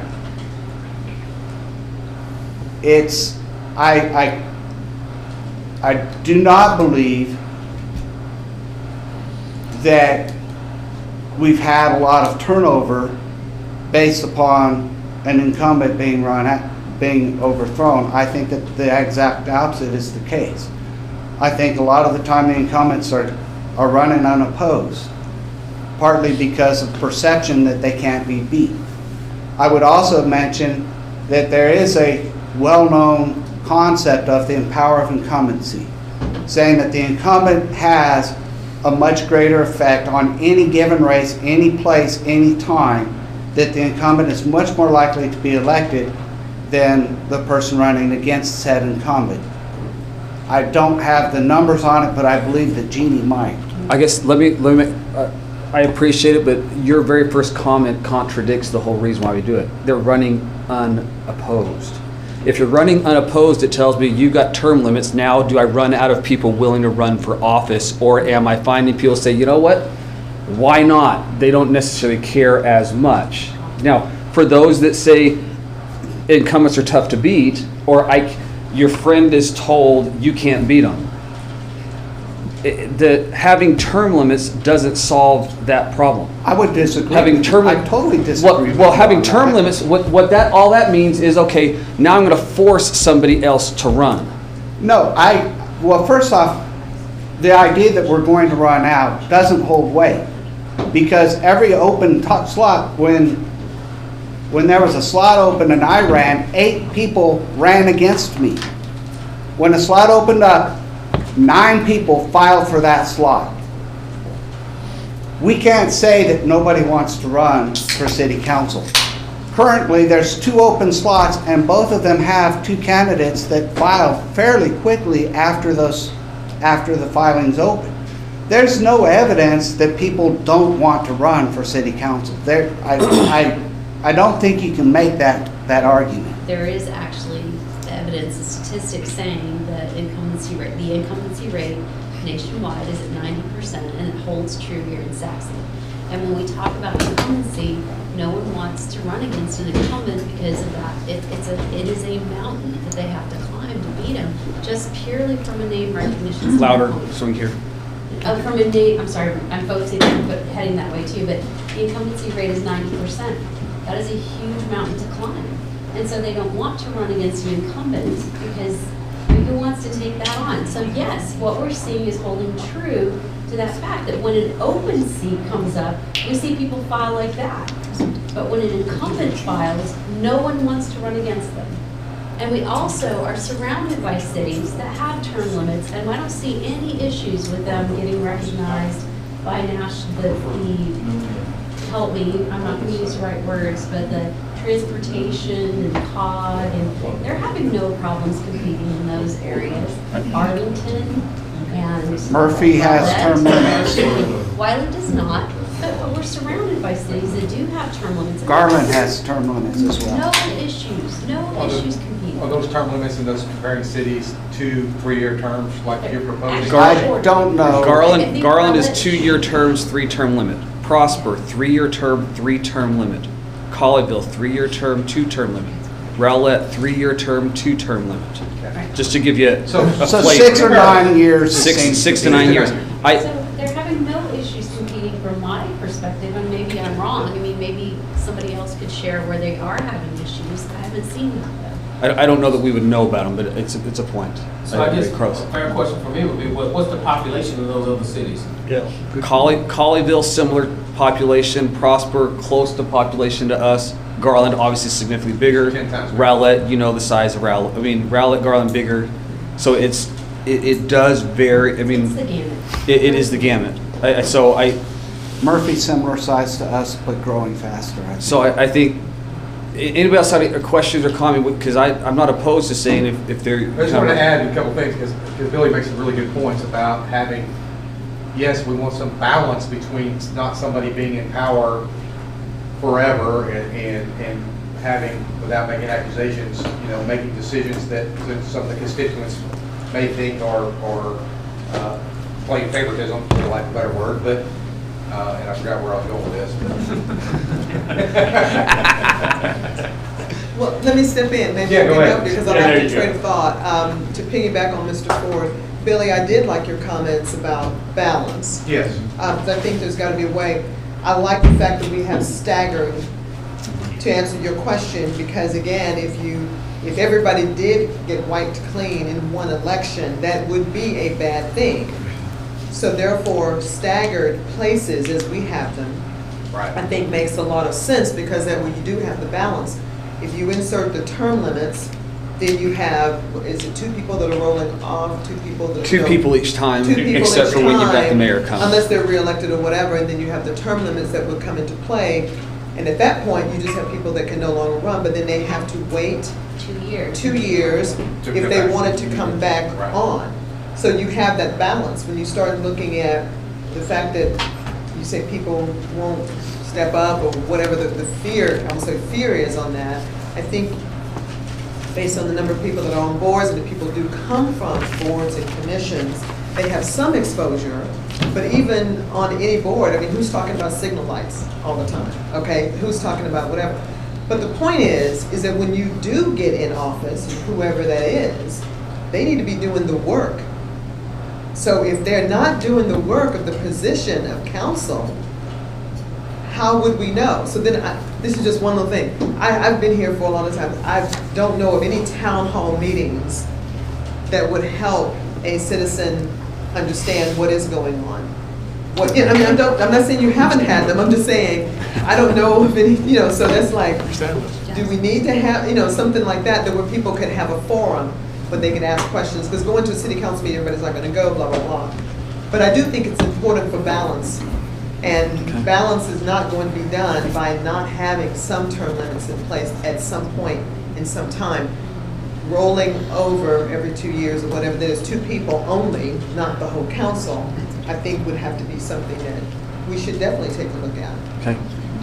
Brad, you want to come back? Just to add to what he was talking about, so one of the things that I've looked at, and I can't give you the exact statistics about our beloved city, is our voter participation in this city is dismal. Horrific. It's dismal. It is horrific. Yeah, it's dismal. So when you compare Colleyville and Murphy and all these, I don't know what theirs are, but ours is really, really bad.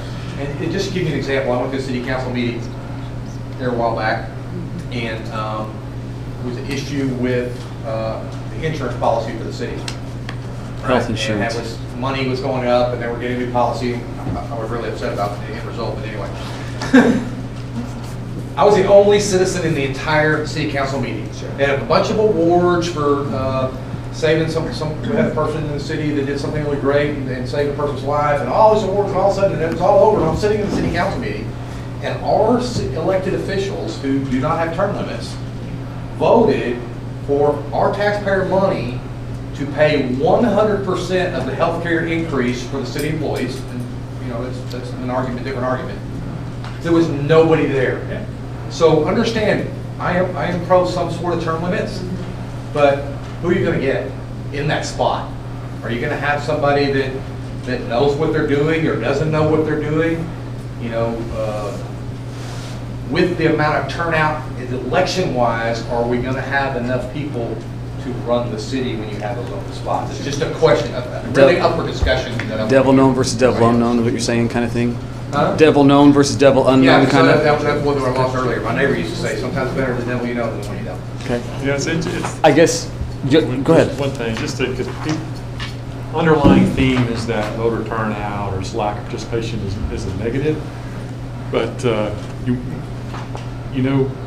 what generally gets people out and talking to their city council or their city or their leaders is usually some kind of a controversy or problem. It's usually a problem or a perceived problem. Right. You get a problem, Sure. you get numbers. Sure. And so I guess what I would propose, not suggesting it's fact, but if turnout numbers aren't what some would like to see, that may not be because it's not because something's broken, right? Because when things get broken in the community, we'll know it, right? People will come up when Well, things you are have broken. maybe more turnout, but you still have people I've spoken to people in the city, they have no idea where the city of Saxe begins and ends. So when I started talking about participation, it's like, holy cow, you had no idea. You've been here how long? 20 years. Oh, you didn't know that Firewall Mall was not in Saxe. But I guess, so we don't get too far off topic, does term limits fix participation in city elections? Say that again. Does term limits cause more participation in city elections? Do more people vote because now we have term limits? I personally don't think that matters. Okay, so then let's not talk about it. Let's move on. That's my whole No, point. no, The part of voter participation, not the term limits. Okay. No. Yeah. I'm talking about let's go away from. It doesn't matter what voter participation is because term limits doesn't. What we're talking about is term limits. If we're for it, not voter participation, because we're not going to change voter participation with what we change in the charter, what we recommend change for charter. So again, not to be rough, but Can we get a motion? we can, if there's a motion for what somebody would like to put out there, then I'm open to, yeah. I would like to put a motion forward that we adopt Jeannie's wording, she's, Hang on. Why don't you just have a motion on, do you want to have term limits? okay, I'll put a motion on term limits. I'll put a motion forward that we, That does help us keep track of what you guys put together. Okay. Thank you. okay, That we adopt term limits. that we adopt term limits. A second. A second from Marcia. So we got a motion to adopt term limits by Kurt, a second by Marcia. Any discussion or question? Okay, all in favor? Okay, Oh, sorry guys, someone's playing with water balloons over here. that's fine. Can I go join them? Yeah. Did you jump on Not that till we get through thought section pattern? 6, buddy. Sit down.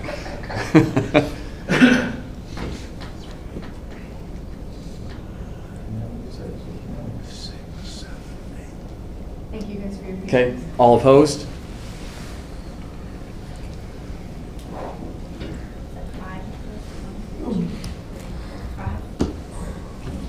You got it? Consensus to move forward with term limits? Make a Okay, motion. I'm gonna make a, Okay. I'd like to make a motion. Okay. I'll make a motion that we amend the charter to establish term limits of no less than, or, sorry, no more than 12 years. Second. Okay, so let me make sure I got this. Term limits for no more than 12 years. Yeah, 12-year term limit, so. So that'd be I thought you said four. no less than. in any given I position. said more, I changed it. Okay. You said- No, So is it less or more? Well, it has to be more. All right. no. Because it's a more. limit. I said it incorrectly the first time. It's a limit, understood. I wasn't Okay. trying to, I said it wrong. I wasn't trying to do a Jedi mind trick. So I have two clarifications. Okay, well, let me make sure, just so you've got a That's motion four- here in a second that's four- there by that's four Carlos, terms. but then we got, then discussion, so I just want to make sure that you guys got what you You're need. saying Motion? 4 terms, 12 consecutive years. Correct, yes, sir. No, 12 consecutive years? Yeah, 4 terms, 12 consecutive years. My, 12 my thing, 12 years Gotcha, old. gotcha. if it's not worded correctly, That's why we got an attorney we now. could I trust force, people. we could force, for instance, if somebody had a partial term, We have and then they We could. can deal with it. That I said we could, because again, remember, this is That- what that the would city be a council concern. does. That's the So, details. yeah. so we don't get, And- I agree, Are you saying 12 years in one position or 12 years Each senator. in council? I'm saying. There's a It's difference. 12 consecutive years. it can be in council, For or a as given, mayor, or like, city for a council. for a given position. 12 consecutive years for For a given position for which position. they've been elected into. Okay, so if they went to mayor, it would start over. Yeah, sure. Okay, hold on. Okay, so, So wait a minute, his understanding is that it would be 12 years on council, and then if they ran for mayor, it could be an additional 12 years? Sure, why not? Okay. okay. Any other question? Is A that, motion and a second? Oh, I'm sorry. Oh, wait a minute. okay, yeah? Are we only going to discuss one plan here? Or- No. I'm not- Or well- now's the time to throw out the plan? Right now, discuss, because this is discussion, yes, before we go too far. Mine was, I agree wholeheartedly about what he said about connectivity and everything he said. And my only change would be 3 and 2, where you could serve on the council for 9 years, and then you could go to mayor for 2 more terms, for whatever that's worth. That would be my plan. My suggestion is that we perhaps form a committee to come up with the word. No, I would, that's the city council, that's Yeah. their role. So- Because even if you have another committee to do This is just a it, city council still recommendation changes. anyway, so- Right. That's right. Well, but you're gonna, assuming that you all come to a consensus. Right. We're gonna draft up something for you to take to the council. Or maybe your consensus is, we want term limits, we couldn't agree on what they would be. Exactly. But we think you should have term limits. Now, We don't trying get to anything. muddy the yet. waters. Right. But there's if you look across the board, there's a variety of them where it's, consecutive terms and sit off, and then you can serve another consecutive terms, and then a maximum lifetime service on the city. Oh, no. Or even in Frisco's is even weirder because you can sit out and then you can come back a whole bunch more times. So you just got to think about, are you trying to eliminate that person from being on the council, that particular person on the council for a long period of time? Or you just want limit for a period of time, not disqualify them from coming back on a different seat, or for the same seat later in life? Okay. Personally, I suggest 12 throughout any, but that would be my. Okay. Eric, you had a comment? Yeah. No, not for a lifetime. 12, then get off. It's 12, whether it's a combination of mayor or council, and then they're off, but That's Well, mine. total So I'm gonna years, put no my- matter what office, is what you're saying. My plan out here would be 3 consecutive terms, 3 years per term, no more than 18 combined years. 3 consecutive Mayor terms, and 3 or year. councilman. So not 24, Not not 24, 12, 18. 18. I could get behind that. You say three Not my terms. preference, but I can. 3 terms if you're councilman, and if you don't run for mayor, you're done. Right. But if you run for mayor, you could do 3 more terms as mayor. Exactly. So But no would more you than allow them 18. to set off and then come back No. or no? Sure. Yeah. Okay. Yeah, does anybody have a problem that if you get off, you can come back and do it all over again? No. Okay. I I mean, don't. So Cullen set off so for, Cullen combined set off 18 for a consecutive while. years. Yes, he And he did. came back. So you're not So talking how long about a was he lifetime set ban, out? you're talking about. Not lifetime ban. Sit out for 2 years or a term. 2 years. 2 years. So And I'll amend my you motion, said 2 years. I'll mention my motion to include a 2-year sit-out. 2 year before- or 2 year or 2 term? A term or? I'm sorry. Yeah, no, upon the completion of terming out, they have to sit out for 2 years before they can run 2 again. years or 1 year or next election cycle? Okay, so, Oh, okay, So they okay, go I gotta from listen, council he's to going mayor. lawyer on me. Because you got, this came up and out. Yeah, let's okay? do it, let's Because do it. you go from council to mayor, and of course, they're different years, Sure. because staggered terms.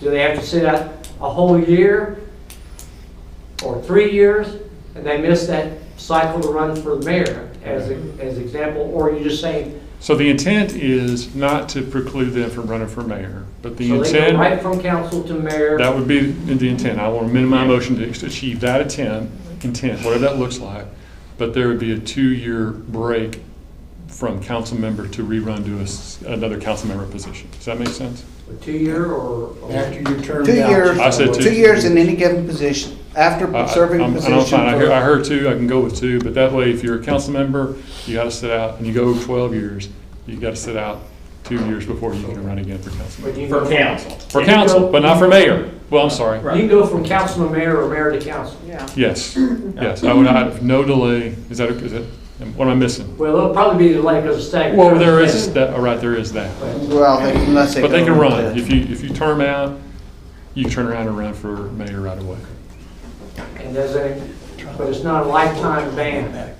No lifetime ban. So it's just you just gotta wait. so So you follow me? are you He's like, going to okay. No, I am. change your I'm just plan trying to- or do you want to? So, Okay. So yours 3, is 3 and 3. Combined 18 mayor or councilman, and it's not a lifetime ban. And 2. Yeah. I like Eric's better. Yeah. I Okay, like so- Jeannie's better, but I've got- I would go with Eric's. so I've got a motion on the table. Okay, so he's got we need to vote on this motion then, Well, no. or you can, Point of order. I just need to make sure I have it written down properly. well, that's what you're going to do, yes, to make sure, yes. I wanted to restate it, so I make sure I got it right. Well, I'd like to make a motion then if we're going down this road. Well, That's Okay. We already have a motion on the table. but we don't have a second yet, correct? Yeah, Yes, you Oh, you do, did. by Carlos. But you've changed it so many times. Right. That's why I'm trying to, Okay, so- can we Who made back the up, second? can we remove that motion, but you can make a new one? Can we Carlos made the do that, so I got it right, or go ahead. I made the second, but I mean, we've. Yeah, let me go through it. This is, Okay, final wording is subject to suggestion by the city attorney. sure. So my motion is that council members are limited to 4 consecutive terms, 12 years total, in a given term. They are permitted to run for mayor with no delay, Or vice versa. or vice versa. A council member who terms out and wishes to run for a council again, not the mayor position, must wait for a 2-year period prior to running again. Okay. And I rely on attorney to make that clear, and do I need to say there's no lifetime ban? No, because you No, said after it's 2 years they come implicit, back it's in. implicit. Okay, Implicit. so that's the motion. Do I have a second for that one? Okay. Okay. All right. Okay. All in favor of the motion on the table right now? Oh, quick question, yes, please. It'll if we vote on this and it pass, does that mean that all other plans are moot? Again, because we're not following Robert's rules completely, Yeah, I think we need to, if there's, because I think people think there's merit to this one also. Exactly, okay. And I would say, look, if you guys are okay with it, this may sound unorthodox, but if you'll go through for a second, if there's 3 motions that 3 people like, and we send to the city council, here's 3 different ideas, that we were able to get positive, say, yep, people say they're good with it, give it to them. Because remember, the city council can look at this and say, stick it in your ears. Or the city council can say, you know what, yeah, we like term limits, we're going to put 36 years on it because that's what we want to do. That's the city council's prerogative. Now, they got to listen to us at some point. But Scott, help me, I want to make sure that I'm understanding you. What we are saying is that we want to put something in front of council. And if we do, we can take 3. I just say, I don't want to say that his is, let's do this. Let's vote and see where people stand on Billy's motion. Let's kind of. Philosophically, though, you're saying take 3 recommendations to council? No, I'm saying give it, I just want to see what people want, because let's back up. Are you guys okay voting on this one? No, it's not the be all end all. Okay, that's my only question. I don't think it has to be, unless it has to be. I don't know. No, not saying Great. that. I just want Leah to read back what she's written down. Oh, this ought to be great. You ready, Billy? Because I guess, and wait a minute, wait, not yet. Because I guess my question is, are we taking 3 to council? Or do we say, okay, there's 3 good ideas out there, then let's pick one? That's what I'm asking. That's really what I'm asking. What are we trying to do? Because if we've got 3 ideas or thoughts about just trying to get something about term limits to council, and we're saying, here's kind of where we are, we want term limits. So we're just trying to. Well, let me ask this, okay. I know there was a motion, but again, we're not following Robert's rules. I think the ideas needed to be put on the table, and then we all decide, well, let's vote on this or this idea, one or the other, and then do that, and if one doesn't work, then we try the other one. Okay. But as opposed to motioning one idea and then motioning another idea. Okay. What if we like all of them? Well, look, we're making a recommendation to the city council. We're not setting an ordinance. Exactly. And that's why I didn't motion. I put an idea out there, and then we go, what do we want to do? Do we want to motion one or the other? Meaning, do we want to come to a consensus or not? Okay. On an idea or another. Yeah, so. Well, if the city council is going to do what they want to do, then it would probably be behoove us. Let's go home then. No, it would probably be best to us to put the most strict idea that we can come up with out there, because they're going to do what they want to do. I don't know that I would agree with that, because maybe some of us don't want the most strict. Maybe some of us want the most lenient. Like, if I don't want term limits, but I could go with an 18-year max. 3 options. Makes sense. I like your idea. So we're talking about 3 options. We are. Say that again. Yeah, of course. Just a suggestion. Why don't y'all see if you can get to consensus? It sounds like there is a consensus on term limits. So we can cross that hurdle. Why don't we start whittling down and see where you guys land? And if there's not consensus on one versus another, then you could put forward multiple suggestions. Okay, so let's do this then, because Billy's is 4 consecutive terms in a position. You can move from city council directly to mayor, but if you're going to run for city council, another city council seat, you have to sit out for 2 years before running for a new city council seat. Is that subject to some legal? Actually said that you could go right back to council, I think. No, he said 2 years. Well, you can go from mayor to council. 12 years, and you go from council to mayor, or vice versa. Right. Billy says you can go council, mayor, mayor forever. Anytime you're termed out, you No, Billy's saying, Well, we gotta, What that's, Billy said again, was- subject to, you don't wanna, no, we don't wanna go perpetuity. Council, mayor. Okay, then after, so I'll amend my motion.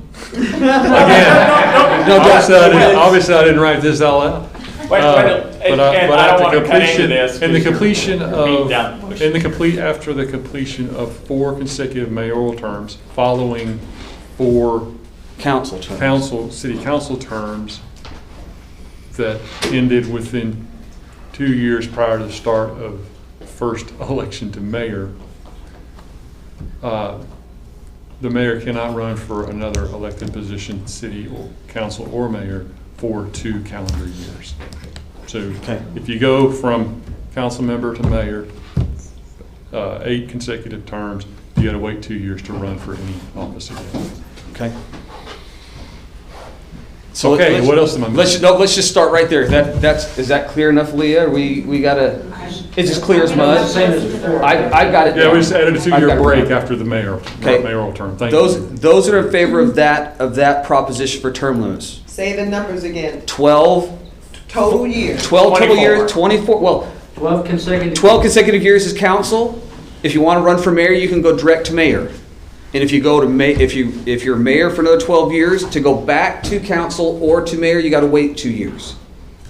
Yeah, but could Okay. you, So 24 years. could you run for council for 12 years, run for mayor for 6 years, and then go back to council for 12 years? I think. No, you have to lay. So So there's a 24-year limit before you have to lay out. Yes.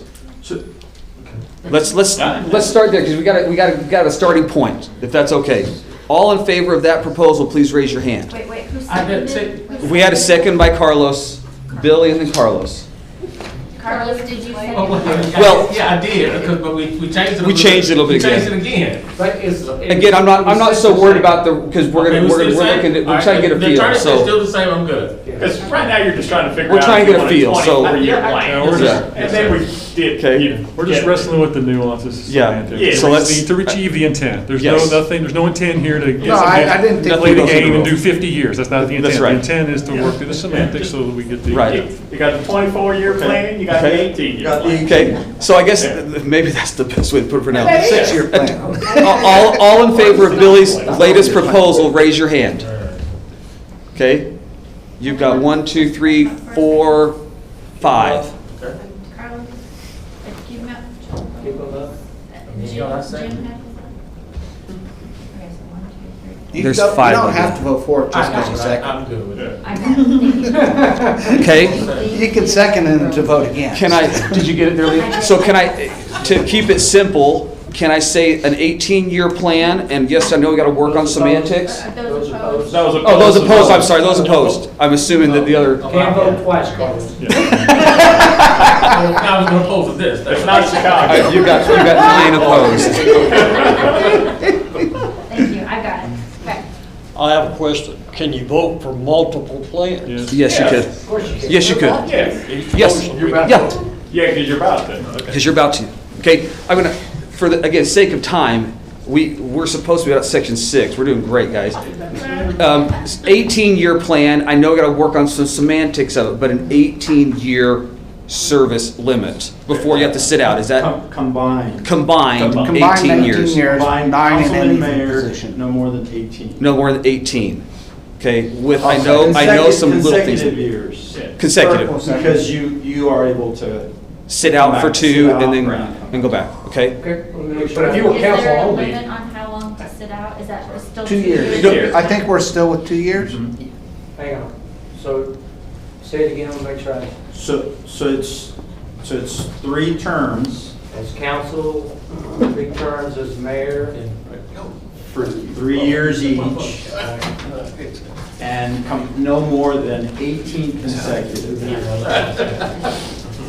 then if you want to come back after serving 18 years, you got to serve, sit out 2 You gotta years. sit out and then come back. So that's not saying you can do 18 in council. Correct. It's 3-year terms. 3 3-year terms council. 3 council, 3 mayor, 18 total. Okay. You can't go back and forth game system. No. Is that Okay. a motion? He motioned, he seconded. All in favor of 18, oh wait, I'm sorry. Kurt got the second. Kurt got the second. Okay? So with a motion by Eric, a second by Kirk, the 18-year plan, we're going to call it. All in favor? Exactly. 2, 3, 4, 5, 6, Count me in on the 18. 9. Really, you didn't vote for that? Opposed? I want 12. Okay. Those opposed. I got, okay. 1, 2, 3, 4. Leave those up for a second. Oh, Still? Sorry. So we got 10, 4, and 4 opposed. 9 and 4. So Okay. 9 and 4. Or 9 and 4? Thank you. Oh, that's the 18-year. That's the 18. That's right, okay. I guess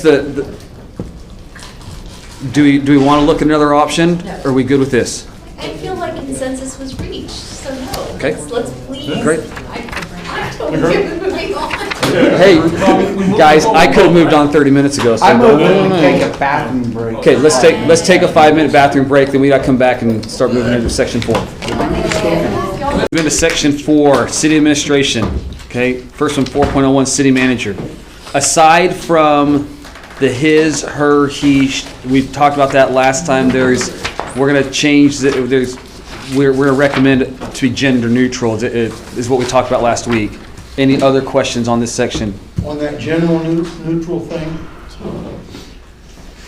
I think we should, if we're in a particular paragraph and we're working on that paragraph, we should change it to be general neutral. But we shouldn't hunt through all of the. I think that's where we have already decided that. We're not, you're talking about right now in this meeting? No, I'm talking about when it comes time to have the amendments to the document. Charter, okay. We shouldn't enumerate every place that needs to change general neutral. Gender neutral. Gender neutral, because if we do, we're gonna have 100 amendments to the I charter. think the consensus was that we were gonna do one section that said update the language to reflect gender neutrality.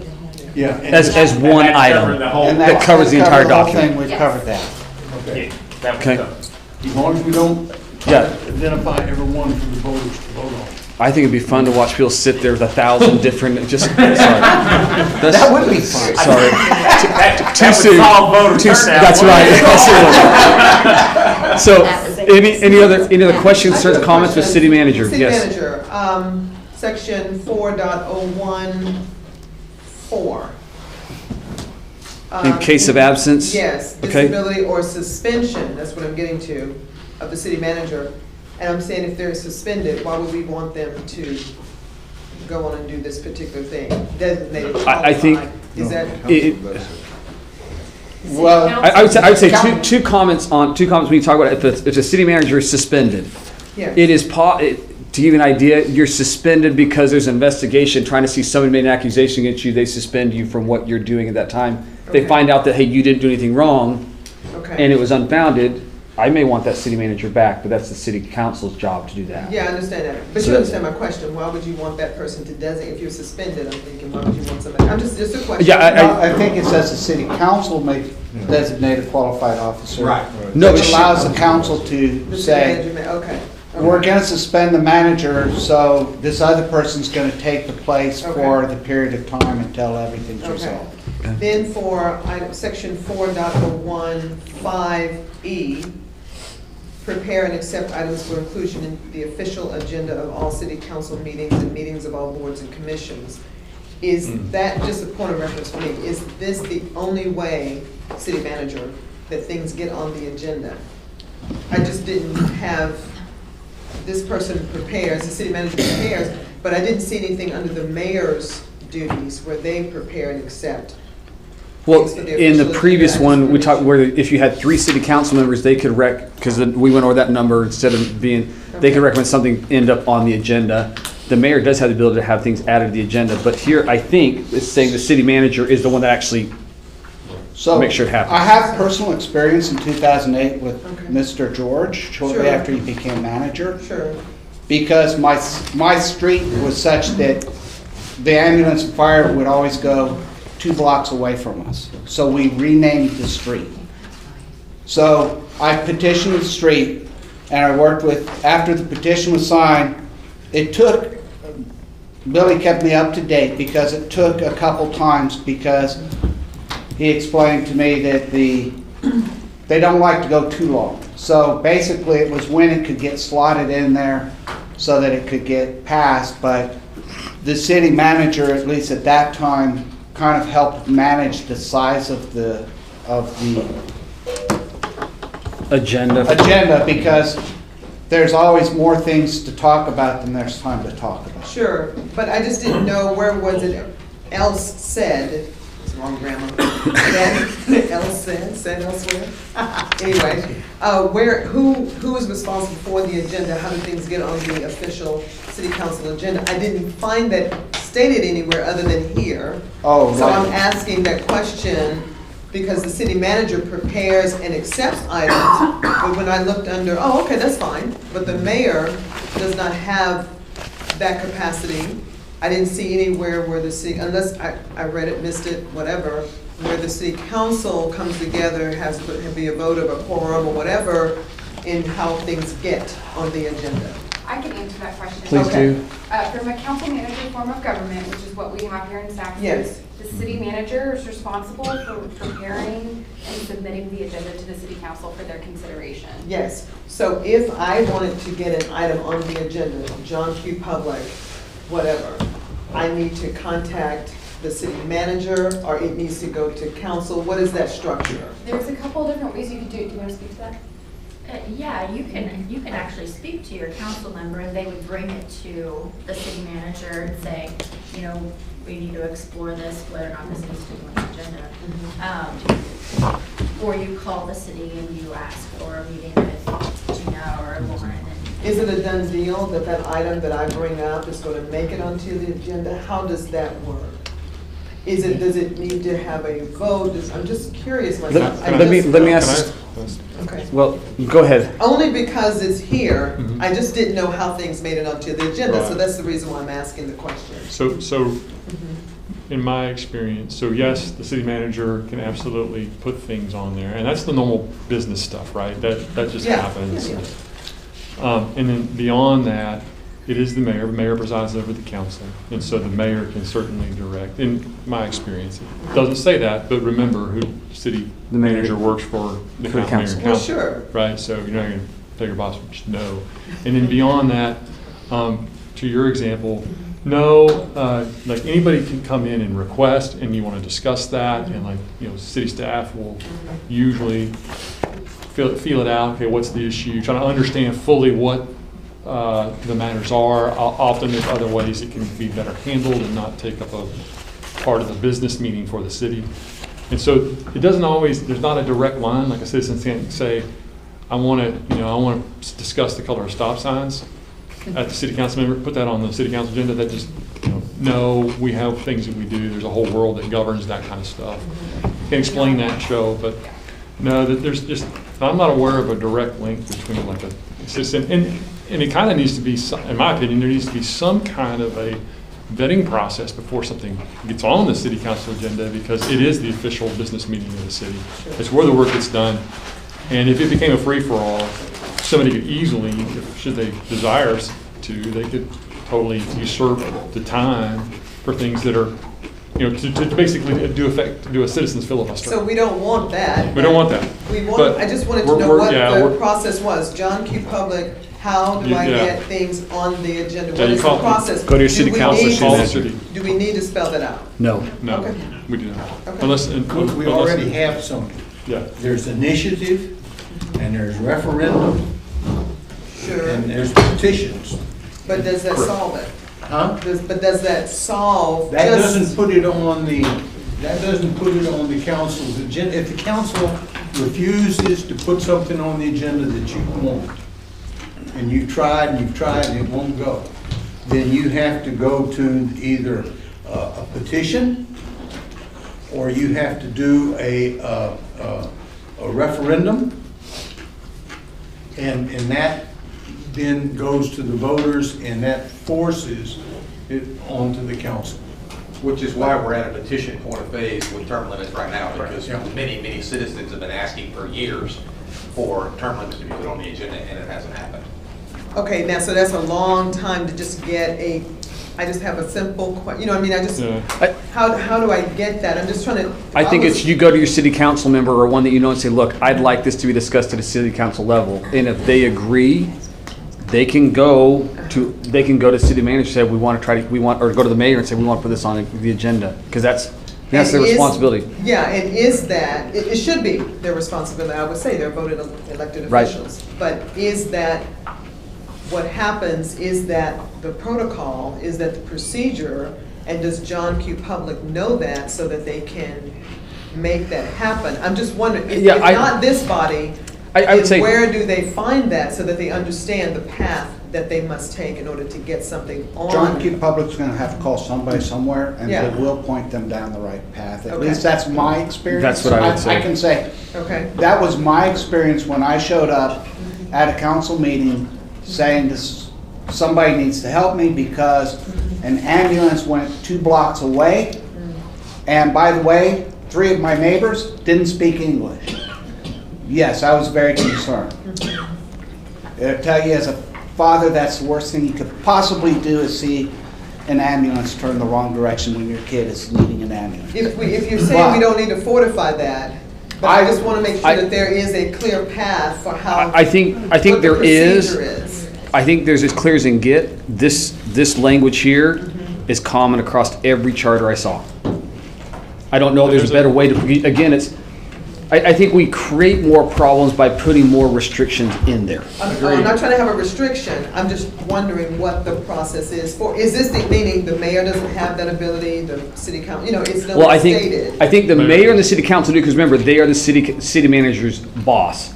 So It's if they just want not something in stated. there, I understand it's that. not, but I think it's implied that, hey, look, they're the boss, they can say, put it on their city manager, the city manager doesn't. Now we start to have reasons why maybe I need to suspend my city manager. To be blunt. Or fire him. If it comes to that. It would never, I mean, that's think- extreme, obviously, No, but, yeah, so, okay. But it's a good conversation. I mean, in my experience, well, sorry, I won't go down too many rabbit holes. On the website, you can email those elected officials. They've got their email addresses on there. And really, if any citizen, Joe citizen, wants to get something done, they should be able to go on there and figure out, well, I've got an elected official. Let me start there if I have to, because usually, once that hits the council member's email inbox, there is a direct forward to the city manager or city secretary, whoever needs it to take appropriate At action. all hours. Yeah, all hours, Sunday afternoons, allegedly, sometimes staff has to talk about code issues on Sunday afternoons, allegedly. Does that help? It does, but what we still, since it's not written, and we know things have kind of not happened, I'm just going off of what everybody else says, okay. So I'm just trying to see if there's a way. Is there anything written down that tells you if you want to get something before Congress, who you go see? I'm gonna keep it to this. No, but I'm gonna keep it to that's this. the same thing. Because this is our city charter, so we're trying to make sure that we have enough in it that really directs and guides us. Do we need, and I'm just, if I'm the only one here that believes that there's no path here, no clear path, then that's fine. If I'm the only, I'm just bringing it up because you asked questions. So look, I think that's a valid point, and I think it's a very good point to understand. I think this charter will give us governance. As far as that to me is more of a kind of a standard operating procedure that'll probably be separate from this particular document, which is important as well, so that we as citizens know how to bring something up. But I don't know that it needs to be included in a charter like this, a home rule charter for it's just a question. No, and I appreciate If we that, can move on, if we need to move on, we move on. That's just a question. That could be a great communications thing that we could work on. Yeah. Hey, Okay. President, Okay. you have an issue, here's who you contact, and here's how you escalate things. I want to just agree with Marcia on this. There's a problem here. We are going to our elected officials and telling them that we want something on the agenda. And we hear things along the lines of, oh, the mayor is the one who approves all of the, so I'll run it by the mayor and see if we get it on. And then 4 years later, we're finally having a charter review. And then, I really want to talk about term limits, and that was part of the charter review. Or I really have a problem with this ethics policy. It really has far-reaching unintended consequences.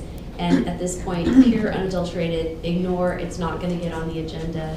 And so, but what I was finally told is instead of going directly to my elected official, I need to stand up at that podium, shaking my shorts, and just do my business. Which, guess what? We've been attending a lot more city council meetings, and we're standing up in front of that podium, and being interrupted by the city attorney, which I'm really not happy about. Not you, Pete, not you, but your compatriot. And so, anyway, so yes, a clear pathway, a way of communicating that if this isn't working, this is the next step. That would be wonderful. So. I was gonna say, if you really want something, citizens' comments, Right.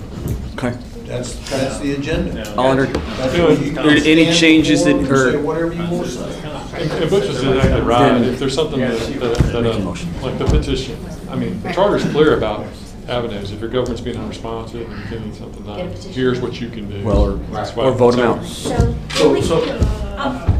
one comment about that real quick before we move on. The only unclear part of it, specifically about the charter amendment, is that we had to go to state statute then and see how many signatures we had to get. And I'm sorry, I'm not an attorney. I'm a realtor. And so for me, bouncing back and forth, I mean, the thought of me having to get, 300 signatures at first, I'm like, we can bam that out in the first weekend. And then it coming back, or us doing more additional research to state statute at that point, and figuring out, no, it's a percentage of the registered voters, which is crap, by the way. And we need to go get almost 900 signatures when we barely get that many people to vote. That gets very cumbersome for just an average Joe resident of Sass. So what we're saying though is, from my question that I brought up, that's going to be handled by some communication on staff's part to draft, step 1, step 2, you want to bring something to council, step 1, go to your city council, whatever the steps are. Is that how, okay. So. Spoiler alert, Gina might get mad at me for saying this, but what we're ultimately working on is a way for residents to really understand their city operations. Yes. In a perfect world, if we're doing our jobs, you guys don't know that we exist because you don't have a problem with your trash or your water, etc. We would love for you to know more about us outside of the context of a problem. We've been working towards a Citizens Academy, a City Hall 101 for some time, and I think a lot of these things are things that can be addressed within that structure if there's not a consensus to do it here. I'm not saying this is your charter review commission, you guys can do with it what you want. But I am taking notes and spinning ideas along the way. If you're hearing this, then maybe it's going to register with somebody else, and that could be something that we could learn from this process. If it can be solved without a change here, based on what you're saying, I'm good with that. This is just the only place I need to ask the question. No, I appreciate that. Thank you. I motion that this remain the same. Okay. But I have another question on H. So on item H. 5H. Okay. So go ahead. do we need to do something No, on this? no, because that's still the same area. Still the same area. Yeah. 5H, make reports. This is for the city manager, of course, make reports. City council may require concerning, and I just don't know. How often is that happening? I'm just want to question here. It's not specified on the number of reports. Make reports. Is it annual reports? Is it biannual reports? Is it monthly reports? What is that? Do you want me to try to answer that? Certain departments have to provide annual updates to the city council. Most recently, Chief Sylvester provided an annual update. Chief Wade will work on his here soon. You'll hear from neighborhood services from time to time. I think Gina tries to get each department to come out in front of the council periodically. Certainly you hear from our finance department during the budget process extensively. So while it isn't specified in the charter, there are best practices that do say how frequent your departments get up in front of the city council. They also come up based on topics that arise relative to the construction of a project or an issue that's popped up elsewhere. So go ahead. I don't want to hog the floor. Well, to your point, I've struggled a lot in this section because I really wanted to ask about having the city manager give a State of the Union address once a year or a State of the City. And there's a whole bunch of little places where they have to do something annually or quarterly or something like that. But nowhere are they required to stand up there and say, hey, this is our vision, this is our move forward point. They hide in a whole lot of different places. So you have excellent question, so just. Well, it says right there, and the city council may require. So Yeah, well, I mean, it may whoever we put in require. office, and if they're not, managing the city manager and all the departments, that's our fault. And, Yes, exactly. and the city council does have planning meetings, retreats yearly, in which they do a lot of the discussion. So if the council isn't, now, I don't know about the people, but the council, they have no excuse to say they don't know what the vision is, because they're involved in that every. Well, I guess the question I'm sorry, I was going to say, G says that one of the responsibilities, or have the power to keep the city council fully advised at least quarterly as to the financial conditions and future needs of the city, and make such recommendations concerning affairs and so on. So anyway, I mean, we can put more in there. I think we should probably just. Well, let me be more pointed then. But I'm not worried about the mayor or the city manager and the council talking about. I want to know what the city council and the mayor are telling the other 20,000 people out there. Because there's an awful lot of stuff out there that just pops up out of the blue. And where the hell did this come from? Marty, Okay, so I guess. are you talking about a state of the city address? Yes. Okay, the chamber puts on a state of the city address every year. Do you have the date for this year? It's always in July. Always in July, and we do it with our surrounding cities, and the mayor gets up at that time and gives a true state of the city address. And what I'm really curious about is at a council meeting. I can't get to all these other places. I understand. So the other Your question. point of question, yes, go ahead. Yes, when it comes to boards and commissions, how does that, and if this is not the right place, it's just the only place I read that may make sense when it comes to boards, commissions, reports on what's happening in boards and commissions. So that, is that city manager, is that the mayor, is it city council, one of those, kind of what's happening on the various boards and commissions that are happening? And I know some of these boards and commissions have their own charter or their own, whatever. I'm just trying to, if this is not the right I guess form for I would that, then suggest I that- can certainly we'll go to some of the, I would say it needs to go back, farther back. What article number is it? Article 8, boards and commissions. I think if we're I gonna think discuss would that, it'd go- be there. We'll discuss it there. I'm Okay. going If to we- agree with you Okay. in Article 8. Okay. I don't know exactly what I want right now, but I can assure you that that is a concern of mine, but it does come up in Article 8. Okay, I will postpone. Okay. We're Thanks for gonna that. put the asterisk next to that and come back to it? No, I think it's we're good separate for now. area. Article 8, we're in there, yeah. Okay. Yep. Thank you. I appreciate Okay, it. great, thank you. I have one itty bitty teeny weeny thing. Okay, There is no requirement of the city council to do an annual performance evaluation of our city manager. I think it occurs in executive session, so we're not privy to it, which is fine. But do you think there's any need to make that a requirement? And I'll note too that it's also not on the city secretary's side. And so, again, I think it occurs, but we want as a community to I make see sure. Got a good on the point. agendas at least once a year. I know they're doing it, but you do have a good point about should it be a requirement. Yeah, and to answer your question, there's actually a semi-annual and an annual performance evaluation, so it happens twice for the city manager and the city secretary. It's written into their contracts. It's in the contract, okay. Okay. And as long as it's somewhere Okay. and the city council's required to do it, I'm a happy lady. It's written in Okay. their contracts. any other items? Eric, go, I'll second you. I'll motion that it remains. Okay, I second. a motion by Eric to leave it as is, second by Jeannie. Any other discussion? All in favor? It's unanimous.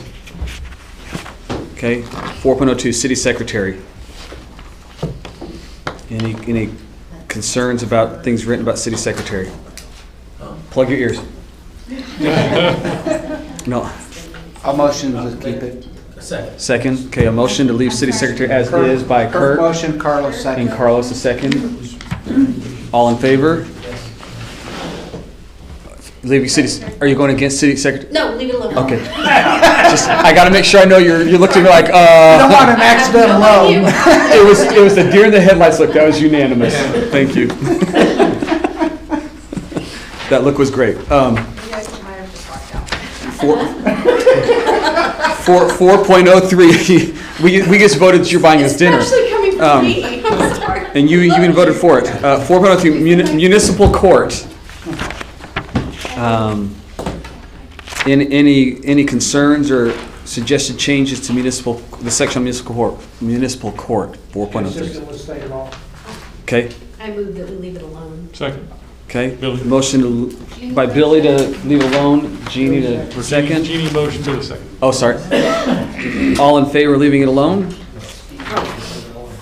Any opposed to leaving it alone? That was unanimous as well. No, I didn't oppose. He would have Can I yelled at me. Can I put a sign up that says if I don't vote, that's a yes? Well, isn't that what it says in the Yeah, charter? exactly. No, the charter It says no, sorry, okay. 4.04, city attorney, See what we can strike here. okay? Yes, city attorney, plug yours, Pete, okay? I motion anyone to add, those shall not interrupt. Yeah, I've got a motion by Brad Ford to leave city attorney alone, and a second by Carlos. All in favor of leaving that section alone, raise your hand. I'm gonna look back over here, there you go, Marty. It was all unanimous. Pete, you're damn funny, because I did at one point have a post-it note here that said, leave the residents frickin' alone when they're speaking. Let them say their piece. That's what You spell that? And that's how I pray, by the way. Aren't you Joe's boss? Yeah. Aren't you Joe's boss? Yeah. Okay. I We're gonna- need you to have some words with him. Okay, Because he is interrupting my words. Hey, killing me, All Jeannie. that you like. Okay, section 4.05, administrative departments, offices, and agencies. Any concerns or changes or motion? I move that we leave it as it is. I have a motion by Jeannie to leave it as is and a second by Brad Ford. All in favor of leaving it alone? That is unanimous. Okay. 4.06, personnel system. And that's just that one page, at the end of that page. Any changes or concerns related to personnel system, 4.06? I move that we leave it as is. Motion by Jeannie to leave it as is. Second, Billy. Second by Billy. But, by the way, 4.06E, a plan for annual oral and written evaluation based on job description. Yeah. There you go. Butch actually beat you to it, and that's why I was in deer in the headlights for a moment. Any other discussion? All in favor of leaving as is? Looks unanimous. Okay. Article 5, and we are going to have a hard stop at 9, just so that everybody knows. 5.01, city elections, just the 5.01. I have a I question. have a question too. Okay, we'll start here.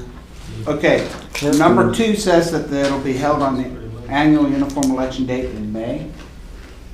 Pete, would the city have the option of moving that to September? No. Okay. September or November? Or, no, I'm sorry, November. Just answer the question. I'm sorry.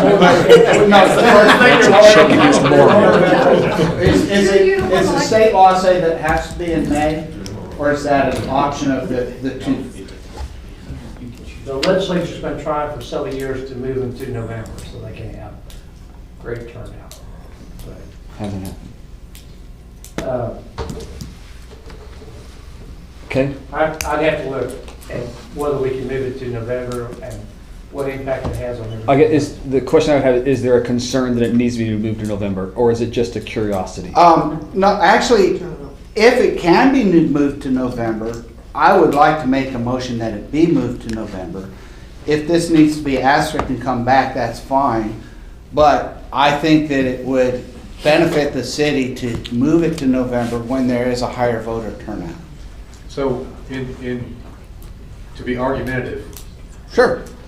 with the low turnout that we have and the lack thereof of knowledge and participation, you move the election to November, and now you've got 3 times the amount of people voting and having no clue or idea of who, what, when, or why, what they're voting for if they're not involved in the city. Having the Perhaps city we don't want election- to dilute our vote. Having the city election in May is gonna, the people who are turning out to vote, generally speaking, are gonna know who, what, why, and what they're voting for. So you could in essence move it to November and have, I won't mention names, there's a person on my street who nobody here would want to be a city council member that may win the election because people like Don't that realize it. name better than the other, name recognition. So I would disagree with wanting to move it to November because then you're gonna have people voting who have no idea what they're voting for. Okay. So you making a motion to keep it as? I didn't make a motion, I'm making an argument for this. Okay.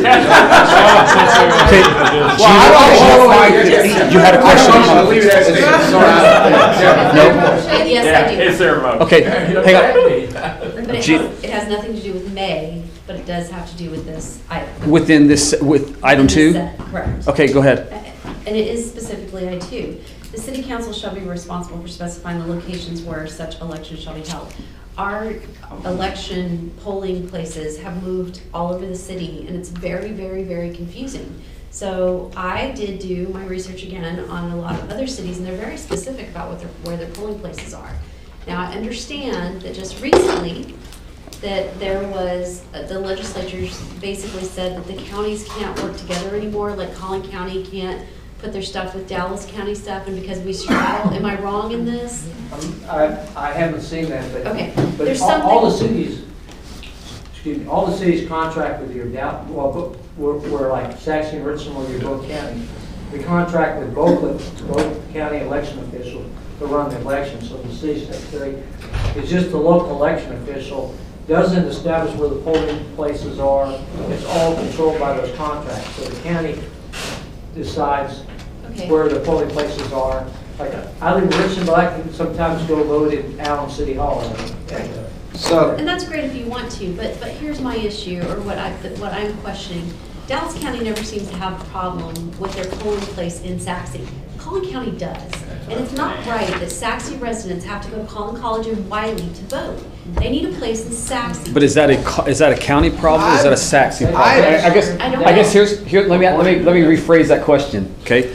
Is it a county problem, and does changing our charter fix that problem? Because if our charter doesn't fix that problem, then it's not germane to the conversation. So what Saxon needs to do is get after Collin County and say, hey, look, we've got to have a better polling location, more community. I do remember at one point, Collin County So people had that- to vote in 2 different locations. I do recall that one time, they voted here at city council, or in Again, I'm gonna cut you off, because again, that becomes if the city needs to be working with the county more and pushing more, then that's not a charter issue. But may I point out one thing that she did say, that she pointed out? The city council shall be responsible for specifying the locations. The city That's council that, so isn't I guess we're actively not. specifying the They, locations. they do by the ordinance calling election, which incorporates those polling locations from the county's contract. Okay. We have the exhibit specifically laid out, and Leah can speak to that in much more detail if anyone's interested. It sounds like you may not. But I'm interested in making sure that we're, and I'm going to use a bad word, get ready, disenfranchising our Saxe residents that live on the Collin County side, because they're having to go outside of our city on a somewhat regular basis to vote. They're not given an opportunity always here in the city. So I just want to make sure that's happening. Only on early voting, so regular election day, we always have Here. Collin County. Well, Okay. I am new, but as far as I know, Collin County will always vote. Okay, but that Okay. means they have to wait till election day, and those are really long lines sometimes, and I was flabbergasted last So I think that's, again, we gotta push to the county. Let's go. It doesn't change the fact that the city council are responsible for specifying those locations, right? And they But do not- that. Sorry. For non-city elections, I think what you're saying is actually right. You Well, you but have to still- go, but for municipal elections, I think I come here every time. Yeah. But we still, even if we had to do a Yeah. special election, we're still going to contract with the That's county. right. Yeah. Okay. Yeah, you don't want to pay for that. Unless you can prepare to do it. Figure So out how I- to do that. The question I'd ask then, because Kurt, you brought up originally, do you want to leave that be, or do you want to make a motion to change that, or? Brad made a motion Brett, did you make a motion? You were just I make a arguing motion something. to accept it as it's written. Okay. A second by Carl, a motion by Brad, leave it as it is. Carlos seconds it. All in favor of leaving as is, raise your hand. Okay. Any opposed? I'll vote no. I got Kurt. Okay. Yeah, vote twice. We got Kirk opposed, everybody else for. It's okay. I've been there before. Okay. Filing for office, section 5.02. The only issue I have with this is that I am getting older and that font size got a little funky. Okay. I want to bring up one question and just, this is not a hill I'm going to die on. Number 2, section C, have to reside within for 6 months. I see a lot of cities are at 12 months instead of just 6 months. Like you got to live here for more than 12 months to run for office.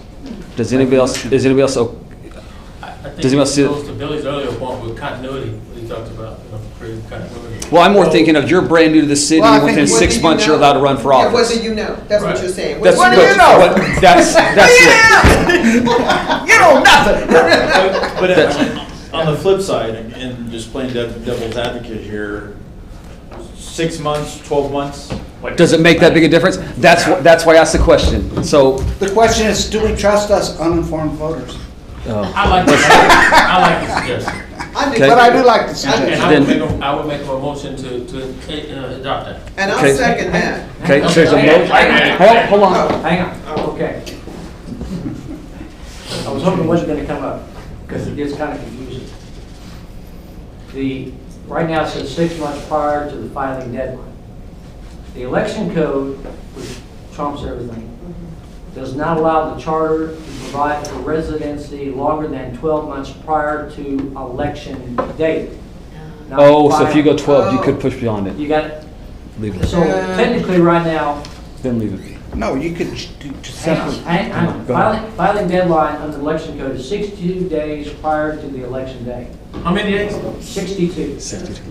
So since 6 months prior to the filing deadline would necessarily be less than 1 year before the election date, the current charter provision complies with election code. So if you want to have a 12-month period, it's got to run from the election date, not from the filing. Okay. Okay? If y'all want it, I think that we should. Just leave it alone. Well, okay. I like your suggestion. 6 months, 12 months, 18 months. Well, Then I look. I mean, sir, there seemed to me like there wasn't enough support, so I'm going to make a motion to modify 6C to say for at least 12 months prior to the election date. Okay, then I'll second it. okay. I got a motion by Kurt Carlos second. and a Carlos second. Is 12 months prior to election date. Hold it down. Okay. Okay. All in favor? Okay, keep your hands up here for just, well, actually, you know what? Those opposed, put your hands up. That's gonna be your smaller number, Leanne. Those opposed. Opposed to changing it. Opposed to changing it. I got Marty and Charles opposed to changing. Did you vote? Yes, you got to vote. Sure. Well, we talked about last time, if he doesn't vote, it means something. It's not, well. I think we're splitting hairs here. We may be, and that's, I just asked the question, so it's We okay. have horrible turnout, people are worried about it. Okay. 5.03, official ballots. Any concerns or changes to 5.03 official ballots? I will say this is this is identical to other cities. Motion is, go ahead. I move that we leave it as it is. Okay, Jeannie, motion to leave 503 as Eric is. second. Eric, second. Thank you. All in favor? Marty. Well, I was about to say, it's almost unanimous. Yeah. It is unanimous now. Sorry, Yeah, it's okay. Okay. 5.04, official results, 5.04. I move we keep it as it is. I second. Okay, a motion by Kirk to leave 504 as As is, is. and Jeannie Jeannie seconds it. Any discussion? All in favor? Yeah, it looks unanimous. I think I saw your hand up there, Marty. I Yeah, couldn't too. tell. Okay, thank you. Okay, that is unanimous. Taking of office, 5.05. Motion as is. Second. Motion by Eric, Jeannie seconds. All in favor? Pretty quick, it's Hey. my turn, huh? That's unanimous, Leah. Say, y'all have a good flow now. Okay. It'll come to an end. Of course it will. Involved a few minutes. Okay, section 6, initiative referendum and recall. 6.1, general authority. Anything in general authority? Can you, where it says number 3, recall, can you tell me what, Any official? help me understand what that means? I should have asked you that beforehand, so I apologize. Elected office. City council. Okay, thank you. Elected office. Okay, thank you. I motion to leave section 601 as it is. Second. There's a motion by Brad, leave as is, and Carlos second. Or was it Carlos? How about whoever makes the motion second, say your name? Carlos McGee, second. Brad motion. Scott? Question, discussion? Question, just really quick. I don't know, I powered through this, Uh-huh. and I mean, I think we all did our reading ahead of time. I feel like so much of this is governed by state law? statute. And so, I mean, is there really, maybe I'm out of turn, but is there anything in Article 6 that really anybody has a problem with at all? Yes. Yeah. Can we just specifically go to those and approve all the other sections? So, I mean, Scott, if you'll just round who's got problems with which one, and we'll approve the rest, and so we're not going through each one? Or is that out of line? It's your commission. I'm open to whatever people, I guess, who said they do have issues they want to bring up in this, Kirk? Yeah, I didn't just say your section and just. Okay, is Kirk the only one? Carlos, did you have one? No, I did not. Okay, what section, just tell me which section, because we're going to vote everything else. 6.03. Okay. And I then- don't know why we should even have that. I think we should just go to the uniform election law. Okay. And then 6.05. Okay. I have an issue with the 30-day period. I believe it should be at least 90 days. Okay. Is not that all handled by? I'm coming to that question. That's, yeah. Furthermore, 6.13, section 1, I would add, unless member's been found guilty of an ethics violation. Okay. So now we're going to come back to your section. Are those the only sections? Those are the only sections Okay. that I care about. Are there- that I have things that I would What was like your to last see. one, Kurt? 6.13.1. 13.1. Or the first Yeah. section of 6.13. Okay. Any other questions in section 6 other than 6.03, 6.05, and 6.13? I think there was one question. 6.14. But I may have.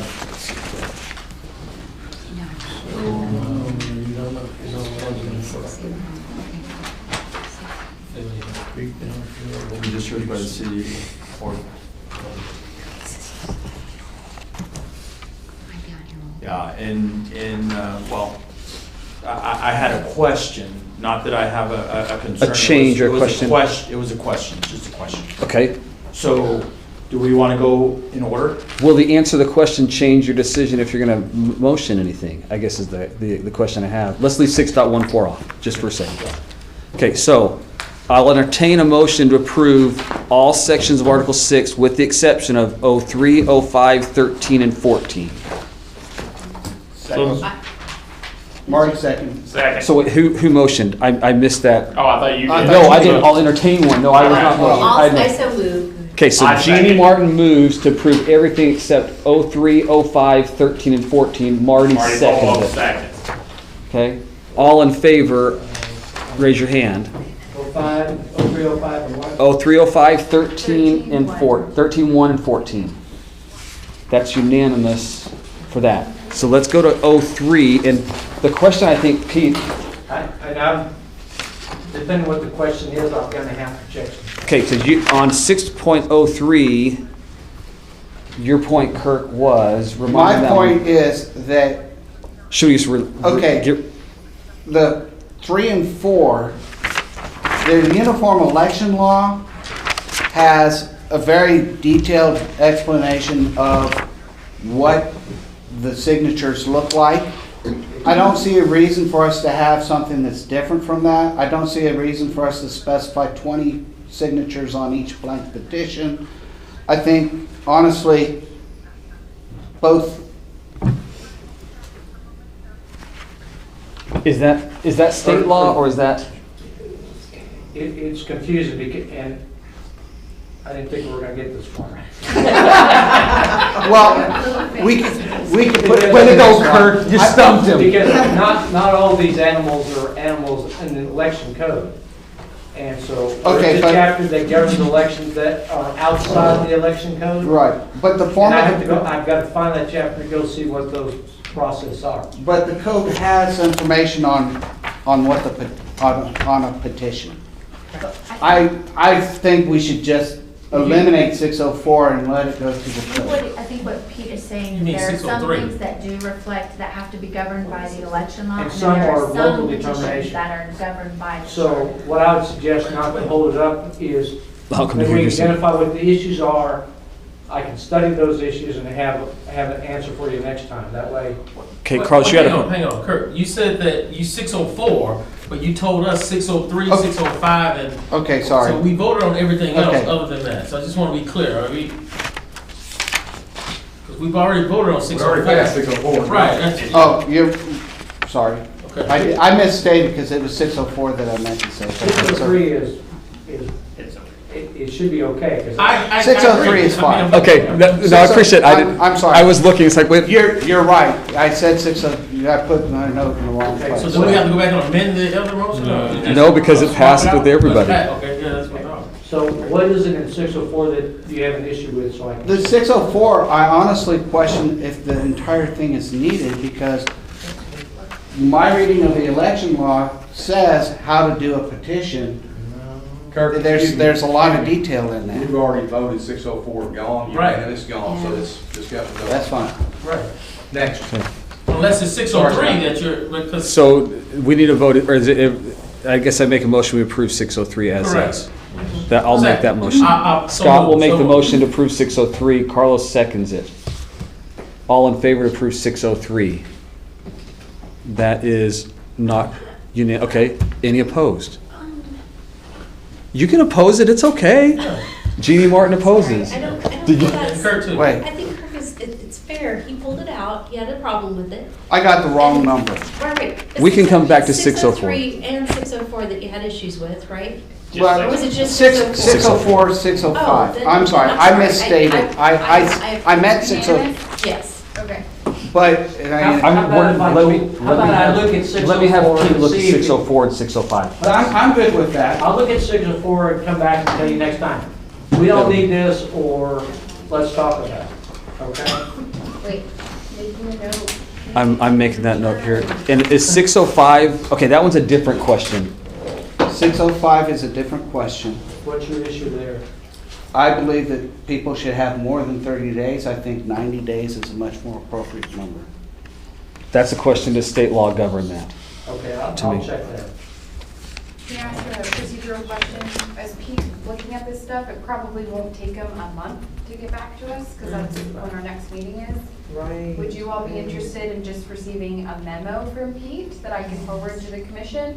And how we vote, how are we gonna vote? We'll put We it, can vote on it at the next meeting, but. Oh, okay. But I We have Yeah, the information. Debbie, if he provided the memo, then that would be one of the first things we do at the very beginning of the next meeting. I would say yes. And we can vote on it, I just don't want to keep that information for a month. Yes. Okay, so Pete's checking those. And then 6.13, 6.13, you I said, would amend section 1 to put at the end, unless member has been found guilty of an ethics violation. Say that one more time, Kurt, please. At the very end of that, basically, no such limit, Where are you at, which section? oh, 6.13.1, no recall petition shall be filed against any officer of the city within 6 months after his election or within 6 months of such petition being filed and found insufficient, or within 1 year after election of for such officer's recall. No such limitation shall apply to appointed city council members or city council members found guilty of an ethics violation. So if you're found guilty of an ethics violation, you can, Then a become- petition for recall can be, you don't have to Trigger wait. immediately. If you're found guilty, you can do it. Found Yes. guilty of an ethics if violation, you don't have to wait the 6 months to file a petition for recall. Do we define ethics violations? The city has an ethics. They do have an has ethics policy. What's the remedy for an ethics violation? Currently, the only thing that the city council can do is censure them or say, bad boy or bad girl. They cannot do anything meaningful. This would allow the citizens to turn around and say, well, they found you guilty of an ethics violation. It still would take a petition. It would still take enough people who care, but it would allow that to trigger immediately regardless of the election cycles or the other things. Again, my only comment to it is the city's gonna take a little while to find out whether or not you're guilty or not. By that time, the 6 months are there probably, and you won't have to have the It only restriction. took about a month, I think, to find the last one. Yeah. The last investigation, I think, went about a month. Well, and that's okay, so What it also do is weaponize your ethics code, or ethics, whatever it's called, in the hands of citizens to try to bring some complaint, as trivial as it may be. Oh, it's that. Yeah. We just got a 10-minute warning, you guys didn't realize that it was over there. I was like, what? Yeah.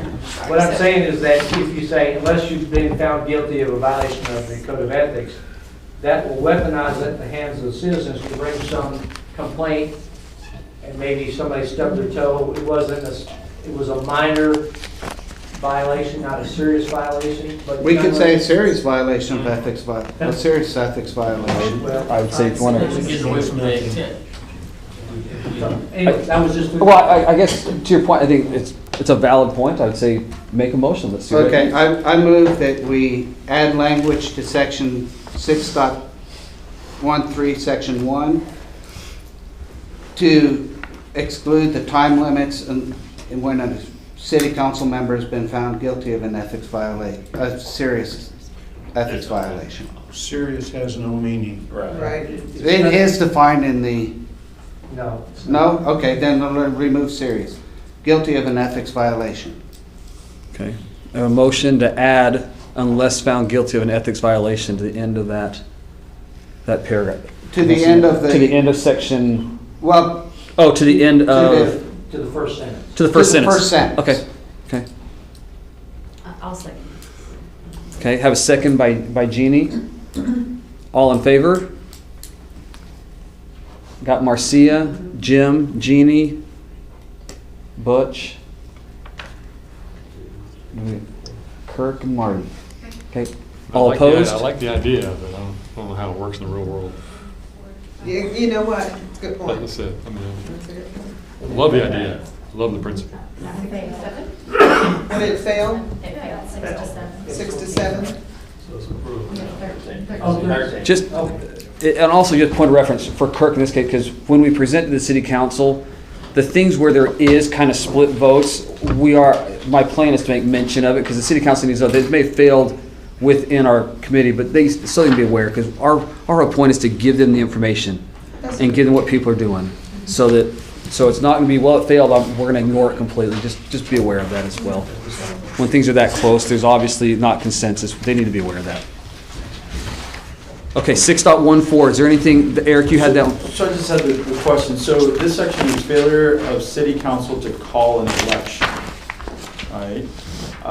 So in the case that all the requirements of the charter have been met, and then the city council fails or refuses to receive any of these petitions, then if you go on after the comma there, it says, then the district judge may discharge any such duties herein provided to be discharged by the city secretary or by the city council. You need 2 years of law school to be able to understand that. I think this is basically. What happens is, petition goes to the city secretary. She does her magic, says mighty fine or not, this is not legal sufficient, not enough votes, not enough signatures, whatever. And she gives that report to the council. And then the council, if it meets the requirements, then they have to call election. So you may have a situation where the city secretary doesn't validate the petition for whatever reason, or assuming that she does validate, reports to the council. Council says, we're not going to call election. So that provides the remedy for a citizen to file suit to compel the administrative official, the city secretary, or the council to perform their ministerial duty, because if it meets the requirements of ministerial duty to call the election and order the election to be called. So that's what that remedy is for. If you would write that out the way you just said that. I will look and see if we can. No, it's, I'm just. That's where my question is, but I understand. So let's go back to the bond question on 318. Okay.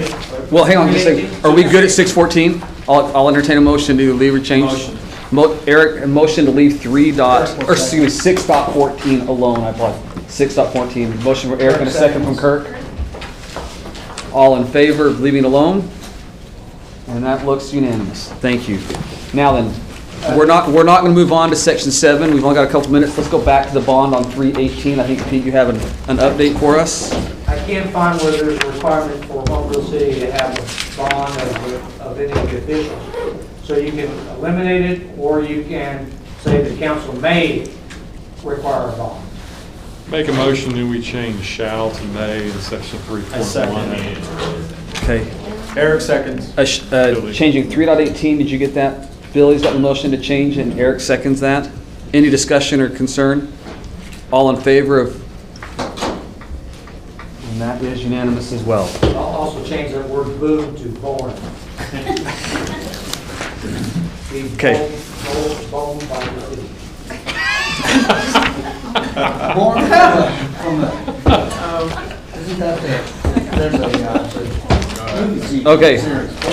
I guess at that, we will stop at 6.14, start at Article 7 the next time we convene, which is about a month from now, if I'm not mistaken. Make a couple of announcements, and then Okay. we'll let y'all go. Thank you all.